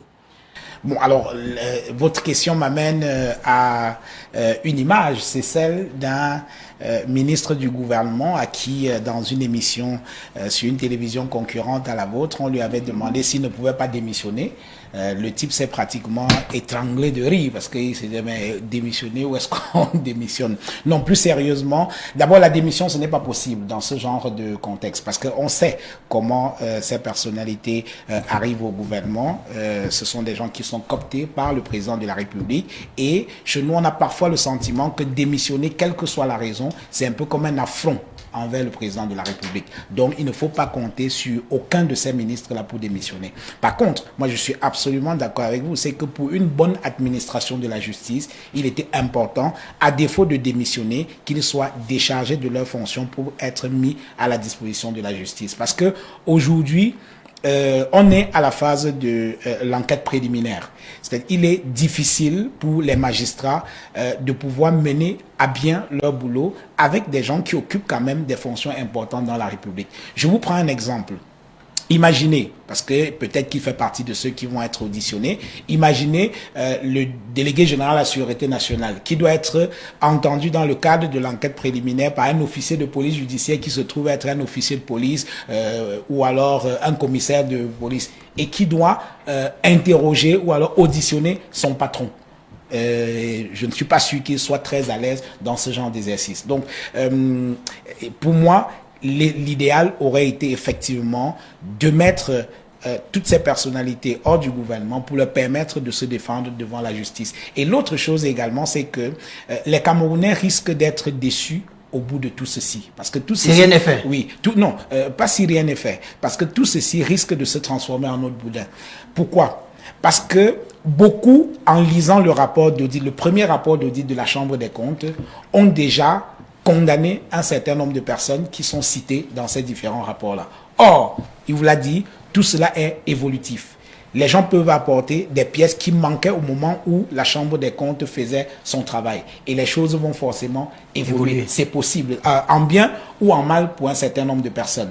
Et donc, il peut arriver qu'au bout du compte, après l'information, après l'enquête préliminaire, qu'un magistrat trouve que bon, voilà, il n'y a pas des éléments suffisants pour pouvoir attaquer telle ou telle personne et classe le dossier sans suite. Les gens vont être très déçus au regard de ce que nous avons tous lu dans ces rapports-là et qui portent quand même des accusations qui sont suffisamment graves. C'est pour ça que l'idée de mettre ces rapports sur la place publique a contribuer à créer une ambiance qui est totalement délétère et qui fait qu'aujourd'hui, le public, il est choqué, il veut des têtes pour des raisons évidentes parce que le rapport, il y a quand même des choses qui sont suffisamment graves dans un environnement comme le nôtre. Prof, à quoi on doit s'attendre aujourd'hui? D'abord, certains estiment que ce n'est pas normal que des membres du gouvernement qui sont toujours au gouvernement soient entendus. Est-ce que le remaniement ministériel ne s'impose pas aujourd'hui? C'est-à-dire que nettoyer ceux qui sont suspectés, qu'ils se mettent un peu à l'écart, ou tout au moins si leur responsabilité est établie. Le remaniement ministériel est une prérogative discrétionnaire du président de la République. Il le fait au moment choisi par lui, suivant ses propres orientations et ses propres calculs. Maintenant, sur l'hypothèse d'une démission envisageable des personnalités du gouvernement concernées par ces auditions, il n'y a pas une règle formelle qui les astreigne à devoir démissionner. Il n'y a pas non plus une convention, c'est-à-dire une coutume qui s'est constituée, et en droit, la coutume fait partie de l'ensemble des règles qui les obligent à démissionner. C'est donc en fonction de leur orientation personnelle qu'ils choisiront ou pas de démissionner, compte tenu aussi d'une certaine culture politique qui fait effectivement, en raison des habitudes venues de l'État présidentiel de parti unique, que la démission d'un haut responsable est vécue comme un affront au président de la République. Donc, tout cela fait que les chances que ces personnalités-là démissionnent sont extrêmement réduites. Pour celles qui savent qu'elles ont effectivement fait quelque chose qui est contraire à la loi, elles attendent simplement la sanction de la hiérarchie. Ou la magnanimité. Même de magnanimité, il n'y aura pas. Cette affaire-là, on en reparlera, prof. De magnanimité, il n'y aura pas. On en reparlera. Cette affaire ne finira pas sans sanction. Ça veut dire donc que les gens vivent dans un système... La sanction s'appelle la sortie du gouvernement. Hein, non, pas seulement la sortie du gouvernement. Ou bien la liquidation de 2 ou 3 directeurs dans les zéro. Voilà, donc, non. On a du pire. Hein. Ce n'est pas possible. Ça veut dire que vous vivez au Cameroun et que vous ne voyez pas comment ça fonctionne. Il n'y a aucune affaire de ce type qui finit sans que les gens soient sanctionnés, même judiciairement. Ce que vous pouvez questionner au niveau empirique, c'est le temps. Mais la sanction vient toujours. Et sanction dans les conditions spéciales qui sont liées à cette affaire, la sanction sous sa forme la plus lourde viendra plus tôt qu'on ne pense. D'accord, c'est compris. Et j'ajoute même d'ailleurs que la sanction ne va pas simplement, dans ce cas-là, concerner ce que vous voyez, c'est-à-dire les ministres et autres, les directeurs généraux, aussi, mais ça va concerner les prestataires. Beaucoup d'ailleurs. Ça va concerner les prestataires. Et il y aura... Maintenant des prestataires. Oui, et ça va concerner même d'autres organisations. Parce que l'extension que vous attendez de l'opération de sanction n'est pas celle que vous croyez. Vous aurez des surprises. D'accord. Un mot. Je rappelle bien qu'on a eu des informations que les journalistes, il y a plein de journalistes qui ont émargé des sommes importantes au ministère de la Santé publique. Attention, ça il faut nous sortir les noms, ce serait pas mal. J'ai pas encore les noms. Dès que j'ai les noms, Alors, très rapidement sur la question de la démission. Non, disons que dans certaines grandes démocraties, il y a presque des traditions qui sont établies. Lorsqu'un membre du gouvernement est soupçonné dans une affaire pénale, parce qu'il y a 2 choses qui sont très très importantes dans la scène politique. Il y a des problèmes de mœurs et il y a des problèmes liés aux finances, donc des questions d'argent. Et donc, dès qu'un responsable politique est soupçonné d'avoir trempé dans au moins une de ces affaires, la règle c'est qu'il démissionne. Mais parfois... Ce n'est pas toujours le cas. Attendez, il y a un certain nombre de cas en France où ils n'ont pas démissionné. On est bien d'accord, mais je veux dire que dans la plupart des cas... je crois, d'Armagnac. Oui.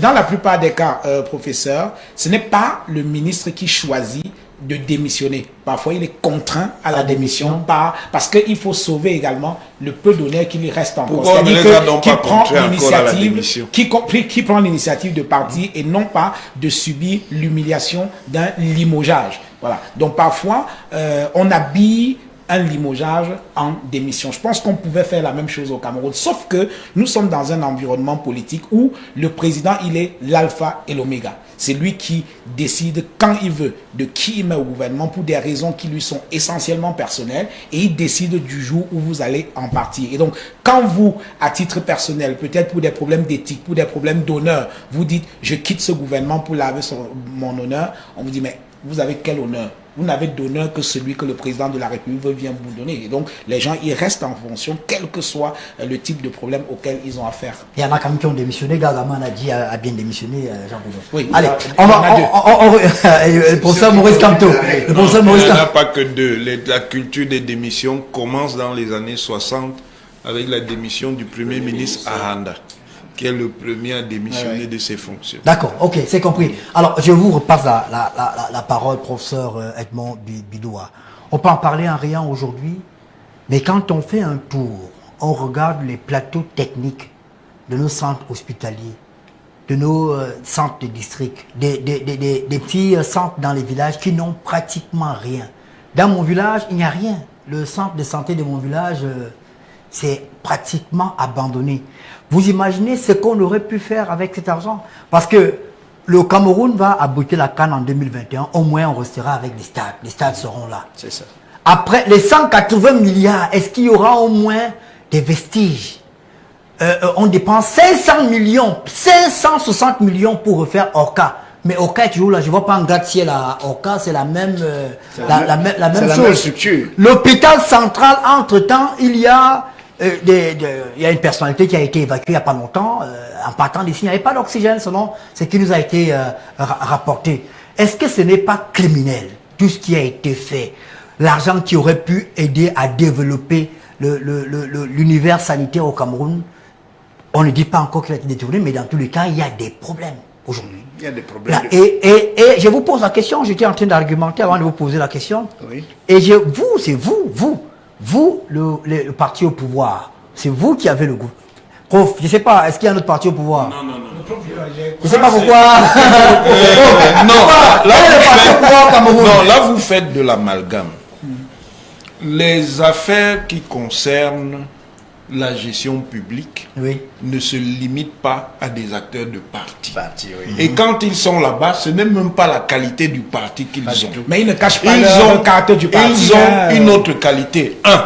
De deux, si vous prenez l'ensemble des procédures qui sont ouvertes, tous ceux qui sont interpellés puis jugés ne viennent pas nécessairement de parti. Je ne dis même pas du parti au pouvoir. Ce qu'il faut questionner, c'est la culture, le rapport du citoyen camerounais à l'institution publique et à l'intégrité publique au sens le plus lourd du terme. Bon, vous avez fini? Je n'ai pas fini. Allez-y. Si vous devez sérieusement, par exemple, juger de cette histoire ou des scandales autour de la Covid, ça ne peut pas se limiter au Covid Gate. D'accord. Vous avez une affaire qui concerne un parti politique qui est un scandale profond. Mais comme les gens font des cases, oui, là-bas, ça serait les affaires d'une ONG et d'un truc, et là, c'est l'État. Non! D'accord, c'est compris. Tout ça, ça questionne la moralité publique. La moralité publique ne concerne pas que les institutions publiques et les gestionnaires publics. Elle concerne le rapport des citoyens à la question de l'intégrité publique. Vous avez fini, prof. Est-ce que vous avez posé la parole, mais je voulais que le prof et moi s'entendent d'abord. Oui. Nous sommes bien dans un pays démocratique, n'est-ce pas, prof? Et alors? Vous me laissez parler. Oui, mais parlez. Dans un pays démocratique. Et alors? Le président Biya est président de la République parce que les citoyens camerounais l'ont choisi et qu'ils lui ont donné leur micro-pouvoir pour qu'il devienne un macro-pouvoir entre ses mains. Et alors? Et que le pouvoir du président Biya est implémenté sur le terrain par un gouvernement qu'il a choisi, n'est-ce pas? Et alors? Et que le président Biya appartient à une formation politique. Sur quoi est-ce que le président Biya est jugé? Sur l'action de son gouvernement et sur son action propre. Sauf dans que, ce cadre-là, il n'y a pas que le gouvernement qui agit. Il y a l'administration publique. Prof. Et l'administration publique, j'ai la chance d'avoir un mécanisme de parti. J'ai la chance d'avoir un militant du RDPC. J'ai dit ici que lorsqu'on aura un militant du MRC, on parlera du fameux bug. Mais je voulais interroger le militant du RDPC sur les valeurs que le RDPC promeut. La rigueur, la moralisation. Qu'est-ce qui explique? Le prof a peut-être raison que ça ne concerne pas seulement les militants du RDPC, que c'est une question qui est globale, celle de la gestion dans notre pays. Mais quand les noms qui sont cités, Madame Tuente, elle n'est pas du MRC, elle n'est pas du SIF, elle est militante du RDPC. J'ai régulièrement vu le ministre Manaouda avec la gandoua du RDPC. Et c'est vous qui gérez. Quand Jean Bruno parlait de la France, par exemple, M. Bayrou, qui n'appartient pas au parti de M. Macron, a été choisi pour être ministre. Après, il y a eu une affaire juste après. Il a dû démissionner. C'est pour confronter, préserver d'abord l'honneur du président de la République. Mais on a quand même l'impression que les militants du RDPC ne servent pas le président Biya. Si chaque fois, il se retrouve dans les scandales. Bon, le pays n'est pas géré que par les militants du RDPC. Et maintenant, le problème du détournement des deniers publics, le problème de corruption, le problème d'enrichissement illicite, c'est un problème global. C'est un problème global, il ne faut pas essayer de le politiser.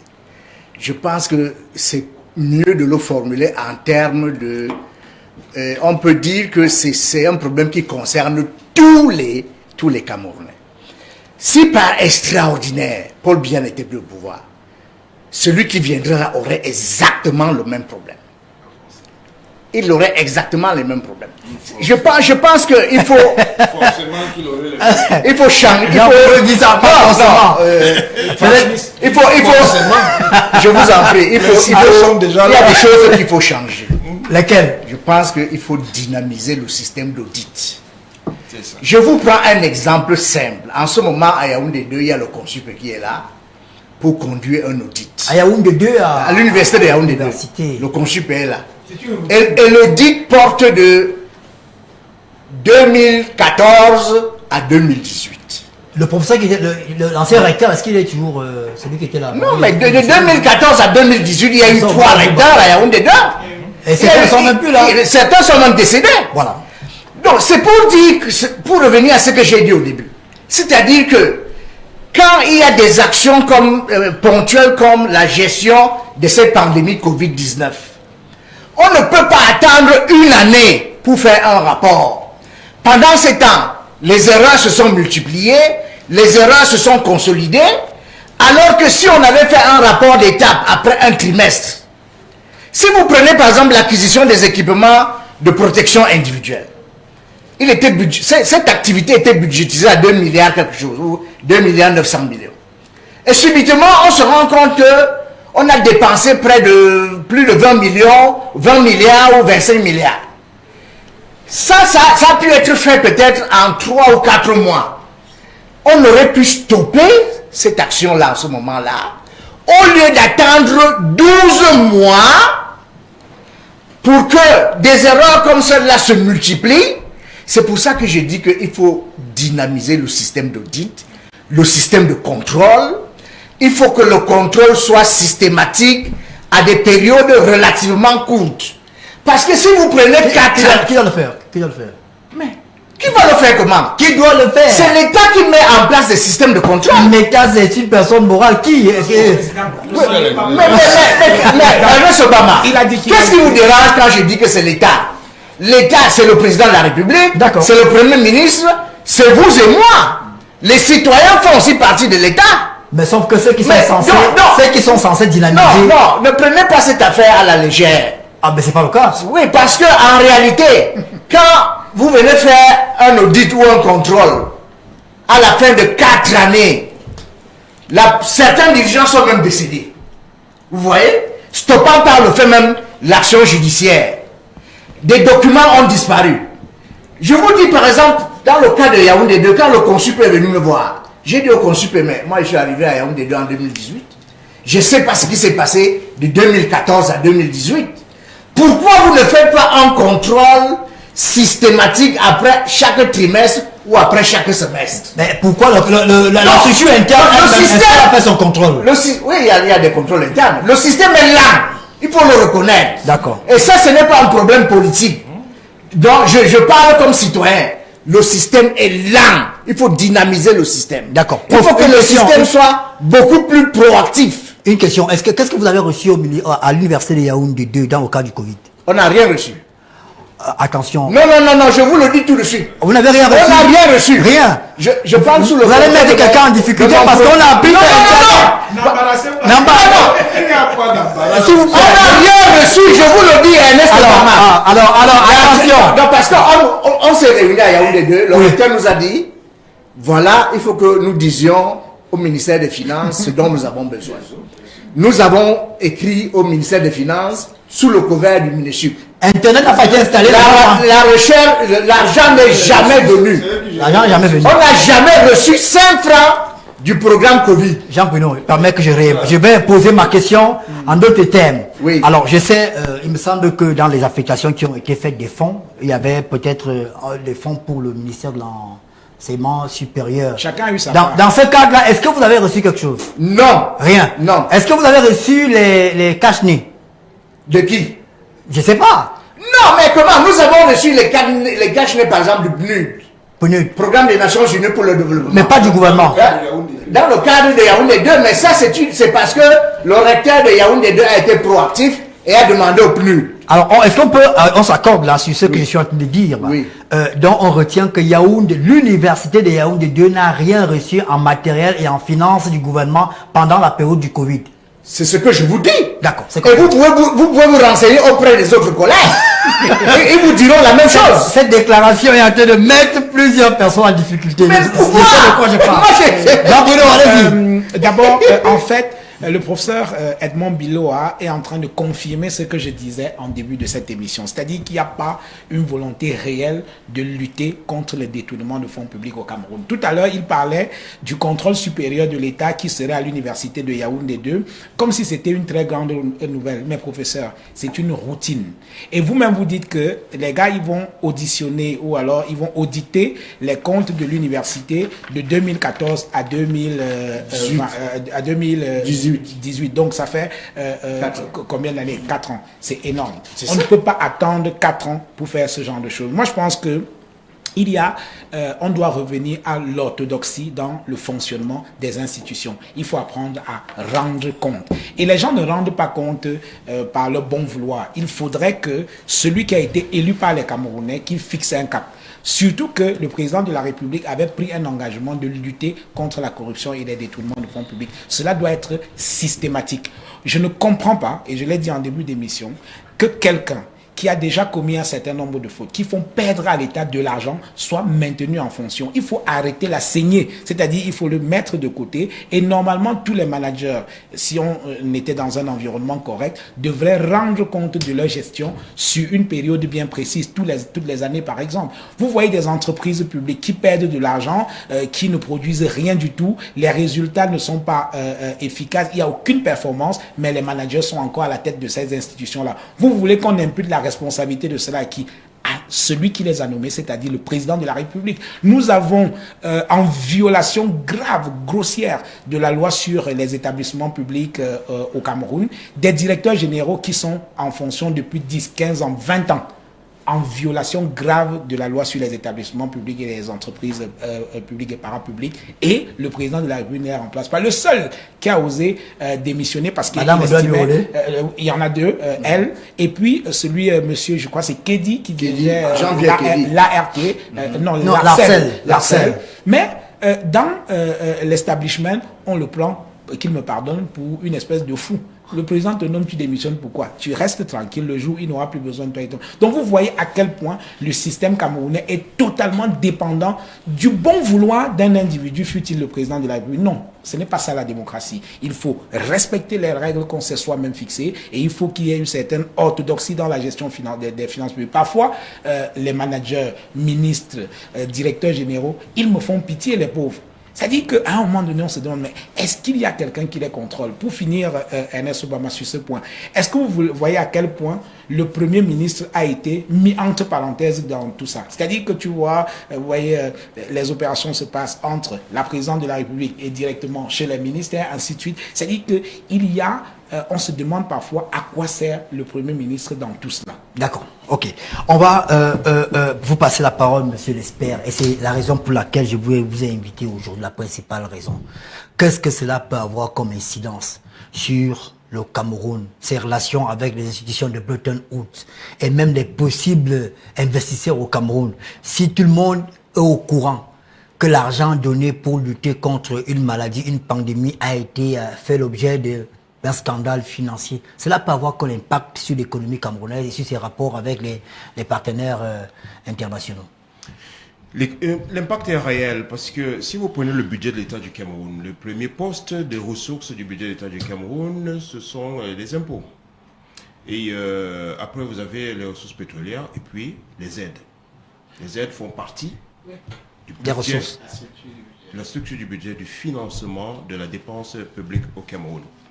Mais pour bien donner les conséquences, je voudrais vous dire que, je voudrais revenir sur les questions que vous avez posées sur, par exemple, la démission des membres du gouvernement. Attention, il y a quand même trois étapes là qui doivent être respectées. Parce qu'un État démocratique, c'est aussi un État de droit. Et le droit doit prévaloir de part et d'autre. Il faut absolument que le ministère public respecte la procédure pénale et il faut également qu'il y ait une défense, que la défense puisse s'exprimer. Alors, ça fait que le code de procédure pénale a encadré l'audition des membres du gouvernement, c'est prévu. On ne démissionne pas forcément quand on est interpellé par la justice. Il faut juste que le pouvoir exécutif donne l'accord. C'est prévu, c'est l'article 500 et poussière du code de procédure pénale. Alors, donc, ils peuvent être entendus. Parce que, à cette étape, nous ne savons pas. Est-ce qu'ils sont entendus comme témoins? Est-ce qu'ils sont entendus comme suspects? Mais à tout le moins, ils ne sont pas encore inculpés parce qu'il n'y a pas encore une information judiciaire. Donc, à partir de cet instant-là, je peux comprendre qu'un ministre ne veuille pas démissionner parce que ce n'est pas notre coutume et que la coutume fait partie des sources de droit. Mais c'est pas un problème, c'est un problème de conscience après ça. Et d'autre part, être d'accord avec le professeur Biloaké, c'est trop lent. Tout est lent ici chez nous. Et time is money, vous le savez. Time is money. Donc, plus c'est lent, plus ça coûte cher. Et plus les conséquences sont énormes. Et d'ailleurs, il y a un principe de droit, et le ministre de la Justice l'avait rappelé lors de l'installation des membres du tribunal criminel spécial, qu'une justice lente est une mauvaise justice.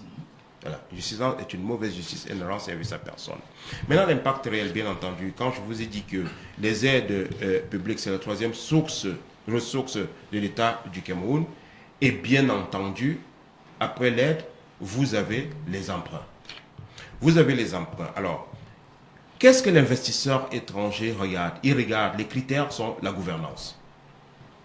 Il regarde la gouvernance. Ça s'appelle la finance comportementale. C'est-à-dire qu'il regarde comment ces personnes se comportent avec l'argent public.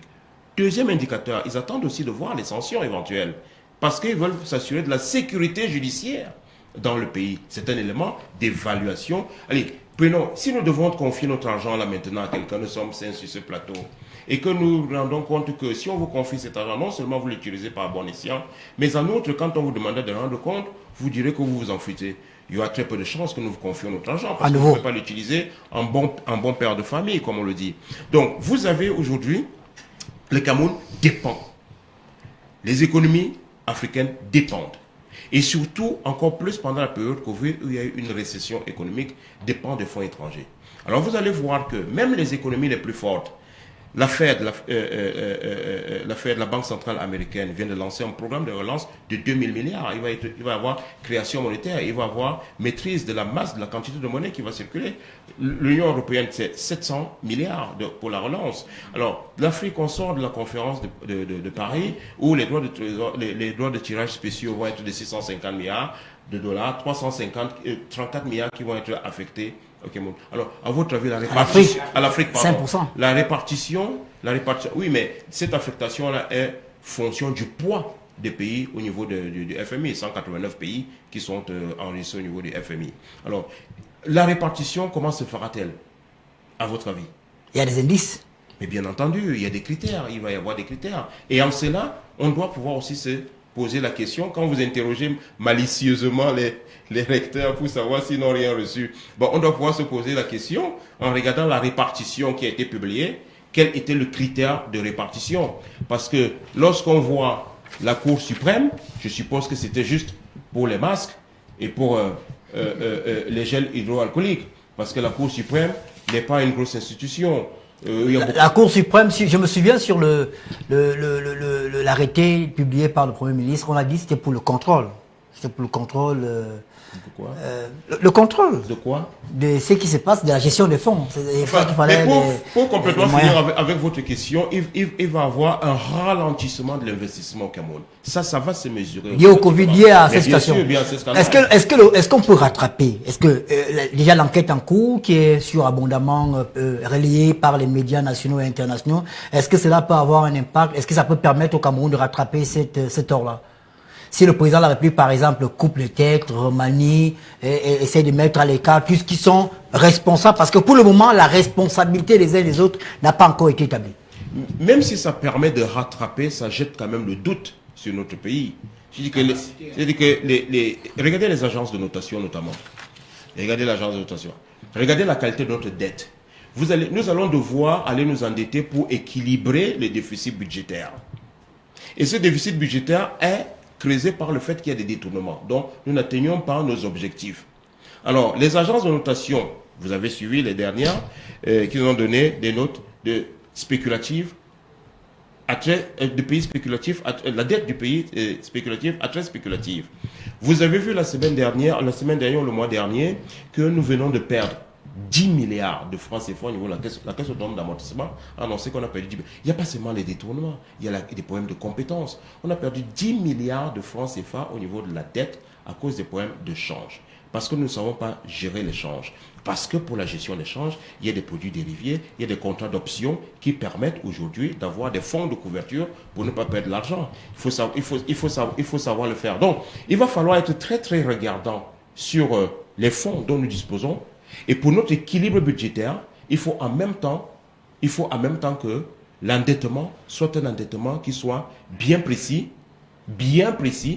qui soit fait à une destination bien précise et que ce cas de Covid nous serve enfin, parce que ça fait déjà beaucoup, nous serve enfin de leçons pour pouvoir avancer. Naturellement, je suis d'accord avec le professeur. On va parler également d'un problème de rebond à gérer.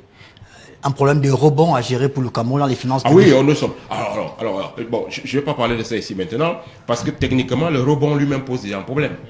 D'accord, ok. On va. Il y a Donc, je suis d'accord avec le professeur que, de toute façon, tous Camerounais, soutenons le président, disons-lui, trop c'est trop.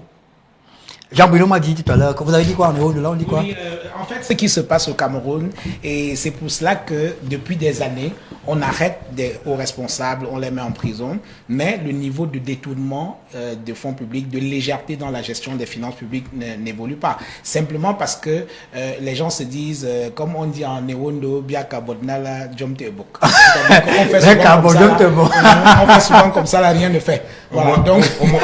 au moins dites-le avec l'accent et je vais apprendre l'accent ce sera plus tard. Donc, on fait souvent comme ça, rien ne fait. Alors, au début de cette émission, j'ai tenu à rappeler quand même le contexte dans lequel on a obtenu les 180 milliards des institutions financières internationales. Il faut que les Camerounais sachent que c'est une dette. Et le Cameroun, nous devons rembourser cette dette-là. Et on augmente la dette du Cameroun qui est en train de s'envoler. Entre 2016 et 2020, la dette du Cameroun, la dette publique du Cameroun a augmenté de pratiquement 4 000 milliards, c'est-à-dire pratiquement le budget du Cameroun en termes d'augmentation. Et aujourd'hui, on a pratiquement le double, notre dette, c'est le double de notre budget. C'est un problème. Et si la qualité de la dépense est un problème également, le risque que nous courons vis-à-vis du FMI, c'est que on perde les nouveaux programmes de la part du Fonds monétaire international. Et revenons à la genèse de cette affaire. Ils avaient des objectifs. Aider à soutenir l'économie du Cameroun qui était asphyxiée par la crise du coronavirus. Et deuxième chose, permettre de soutenir les structures sanitaires pour mieux les améliorer. Et vous avez remarqué tout à l'heure, c'est vraiment un acte manqué, c'est-à-dire qu'on aurait pu profiter de cette manne financière pour améliorer le plateau technique de nos hôpitaux. Je n'ai pas le sentiment que cela a été fait et il faudrait que les uns et les autres, peut-être, je voudrais partager l'optimisme de Hubert pour dire que il faudrait qu'il y ait un avant et un après Covid-Gate. Qu'on se dise désormais, il faut une certaine orthodoxie dans la gestion des finances publiques. Parce que certains types de fautes, on se rend compte que c'est d'une telle grossièreté qu'on se dit, en fait, l'état d'esprit du type qui fait ça, c'est qu'il se dit, on va me faire quoi? C'est grave. Si vous permettez, vous allez prendre la parole, mais il y a quelqu'un qui pose une question à Jean-Bruno. Bon, c'est pas une question, c'est un... directeur général d'une entreprise publique, mais je vous donnerai pas son nom. Pour les responsables, y compris les responsables des entreprises publiques, la Constitution est claire. Le président de la République nomme aux emplois civils et militaires. Quel est le texte qui demande aux responsables des entreprises de démissionner? C'est juste une question. Oui, la loi, je crois, il y a, je ne connais pas, je ne me rappelle, je crois c'est 2016, pardonnez pour l'approximation, mais il y a une loi sur les établissements publics qui précise que, voilà, qui précise que le mandat est de 3 ans, renouvelable 2 fois. C'est-à-dire vous avez maximum 9 ans à la tête d'une entreprise publique ou parapublique. Et donc, le texte, parce que c'est un texte qui existait déjà, il a été modifié il n'y a pas très longtemps, et le texte précisait à la fin que les managers qui sont en fonction depuis tout ce temps doivent partir.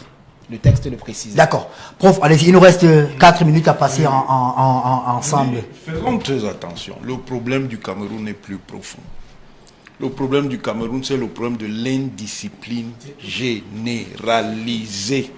L'indiscipline n'est pas liée à un secteur. L'indiscipline n'est pas une question de l'État. L'indiscipline est une question sociétale. Et c'est pour ça que ça se manifeste dans la contrebande, dans la contrefaçon. Vous voyez l'importance que la contrefaçon a aujourd'hui au Cameroun. Vous pensez que c'est un problème moins important que la corruption, l'incivisme et tout le reste? C'est ça le problème. Et si vous ne traitez pas ce problème-là, vous ne pouvez même pas résoudre maintenant les problèmes spécifiques à chaque secteur. Il nous reste 3 minutes à passer ensemble. Je pense que c'est vous le doyen sur ce plateau. Est-ce qu'il y a un message à passer aujourd'hui? Oui, nous sommes d'accord. J'ai pas fini ma question, prof. Okay. Vous n'allez pas corriger la copie avant même qu'on vous la remette. Vous avez dit qu'on avait 3 minutes.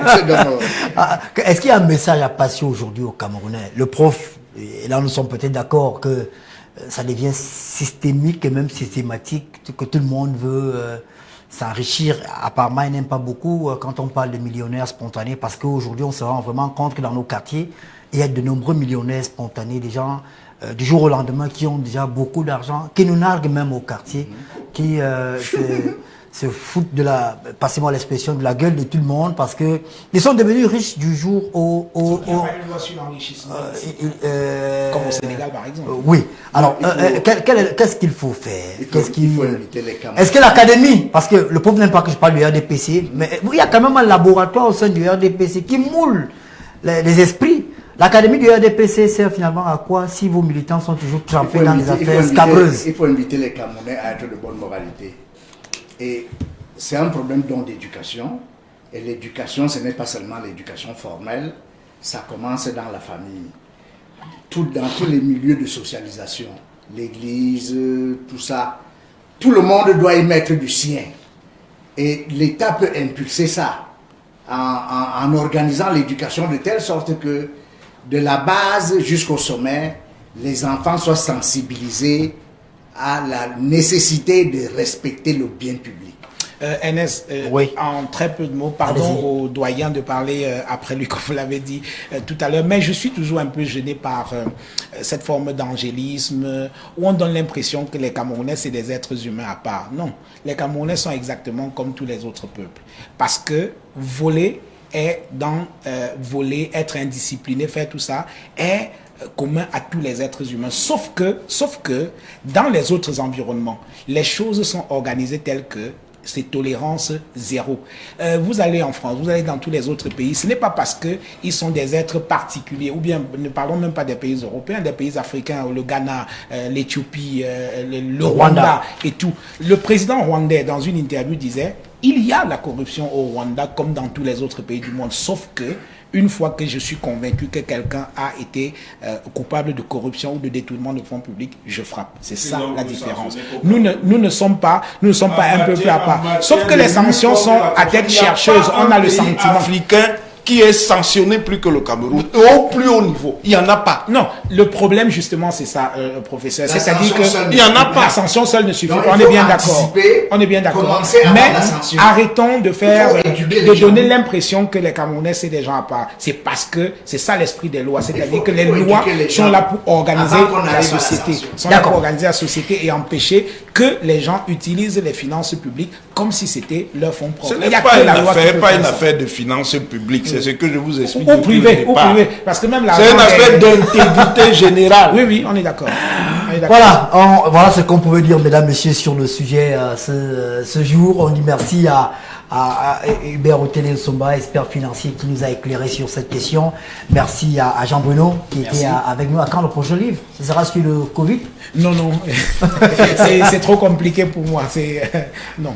D'accord, merci beaucoup. Ce sera sur autre chose, mais pas sur le Covid. Professeur Edmond Bulois, vice-recteur de l'Université de Yaoundé de soir, on vous remercie. Merci. On espère que d'ici demain, peut-être vous allez obtenir quelque chose. Enfin, du gouvernement dans le cadre de la lutte contre le Covid-19. Voilà, merci le professeur. À Yaoundé 1, ça va quand même? Vous avez reçu quelque chose à Yaoundé 1? Vous n'étiez pas encore là? L'argent se gère au ministère des Finances.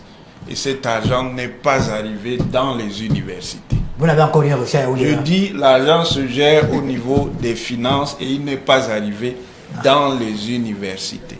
Mais c'est un bien pour un mal, hein, sinon vous serez déjà convoqué au TCS. Si on était dans cette logique, bien sûr, si on était dans cette logique, Encore faut-il l'être. Mesdames, messieurs, on m'a dit qu'il y a un ministre qui a dit au TCS, mais c'est même quand l'argent de marchand comme ça. Voilà ce qu'on pouvait dire sur le filet, mesdames, messieurs. On vous remercie d'avoir suivi le programme. C'était le club. Merci à toute l'équipe de production, Verdun Kouete, Sebri, Akono, Germain, Asiga et tous qui ont travaillé derrière, Fouda, Antia, et notre ami Christian Merlin, Zoté et Audrey Pomme qui ont préparé cette émission avec Janice Kamga et Delphine Asiga. On vous souhaite une bonne journée en compagnie des programmes de B-News 1. Ne manquez pas demain à 21h. Obama Time ouvre, déroule le tapis rouge à l'un des rares ministres camerounais à avoir démissionné. Gargaman Adji donnera son avis sur l'unité nationale, sur le bug du survival, sur le Covid-19 et sur l'alternance et pourquoi pas l'avenir de notre pays, le Cameroun. On vous souhaite une bonne journée, mesdames et messieurs. Le meilleur, c'est ici et nulle part ailleurs. Bien le bonjour.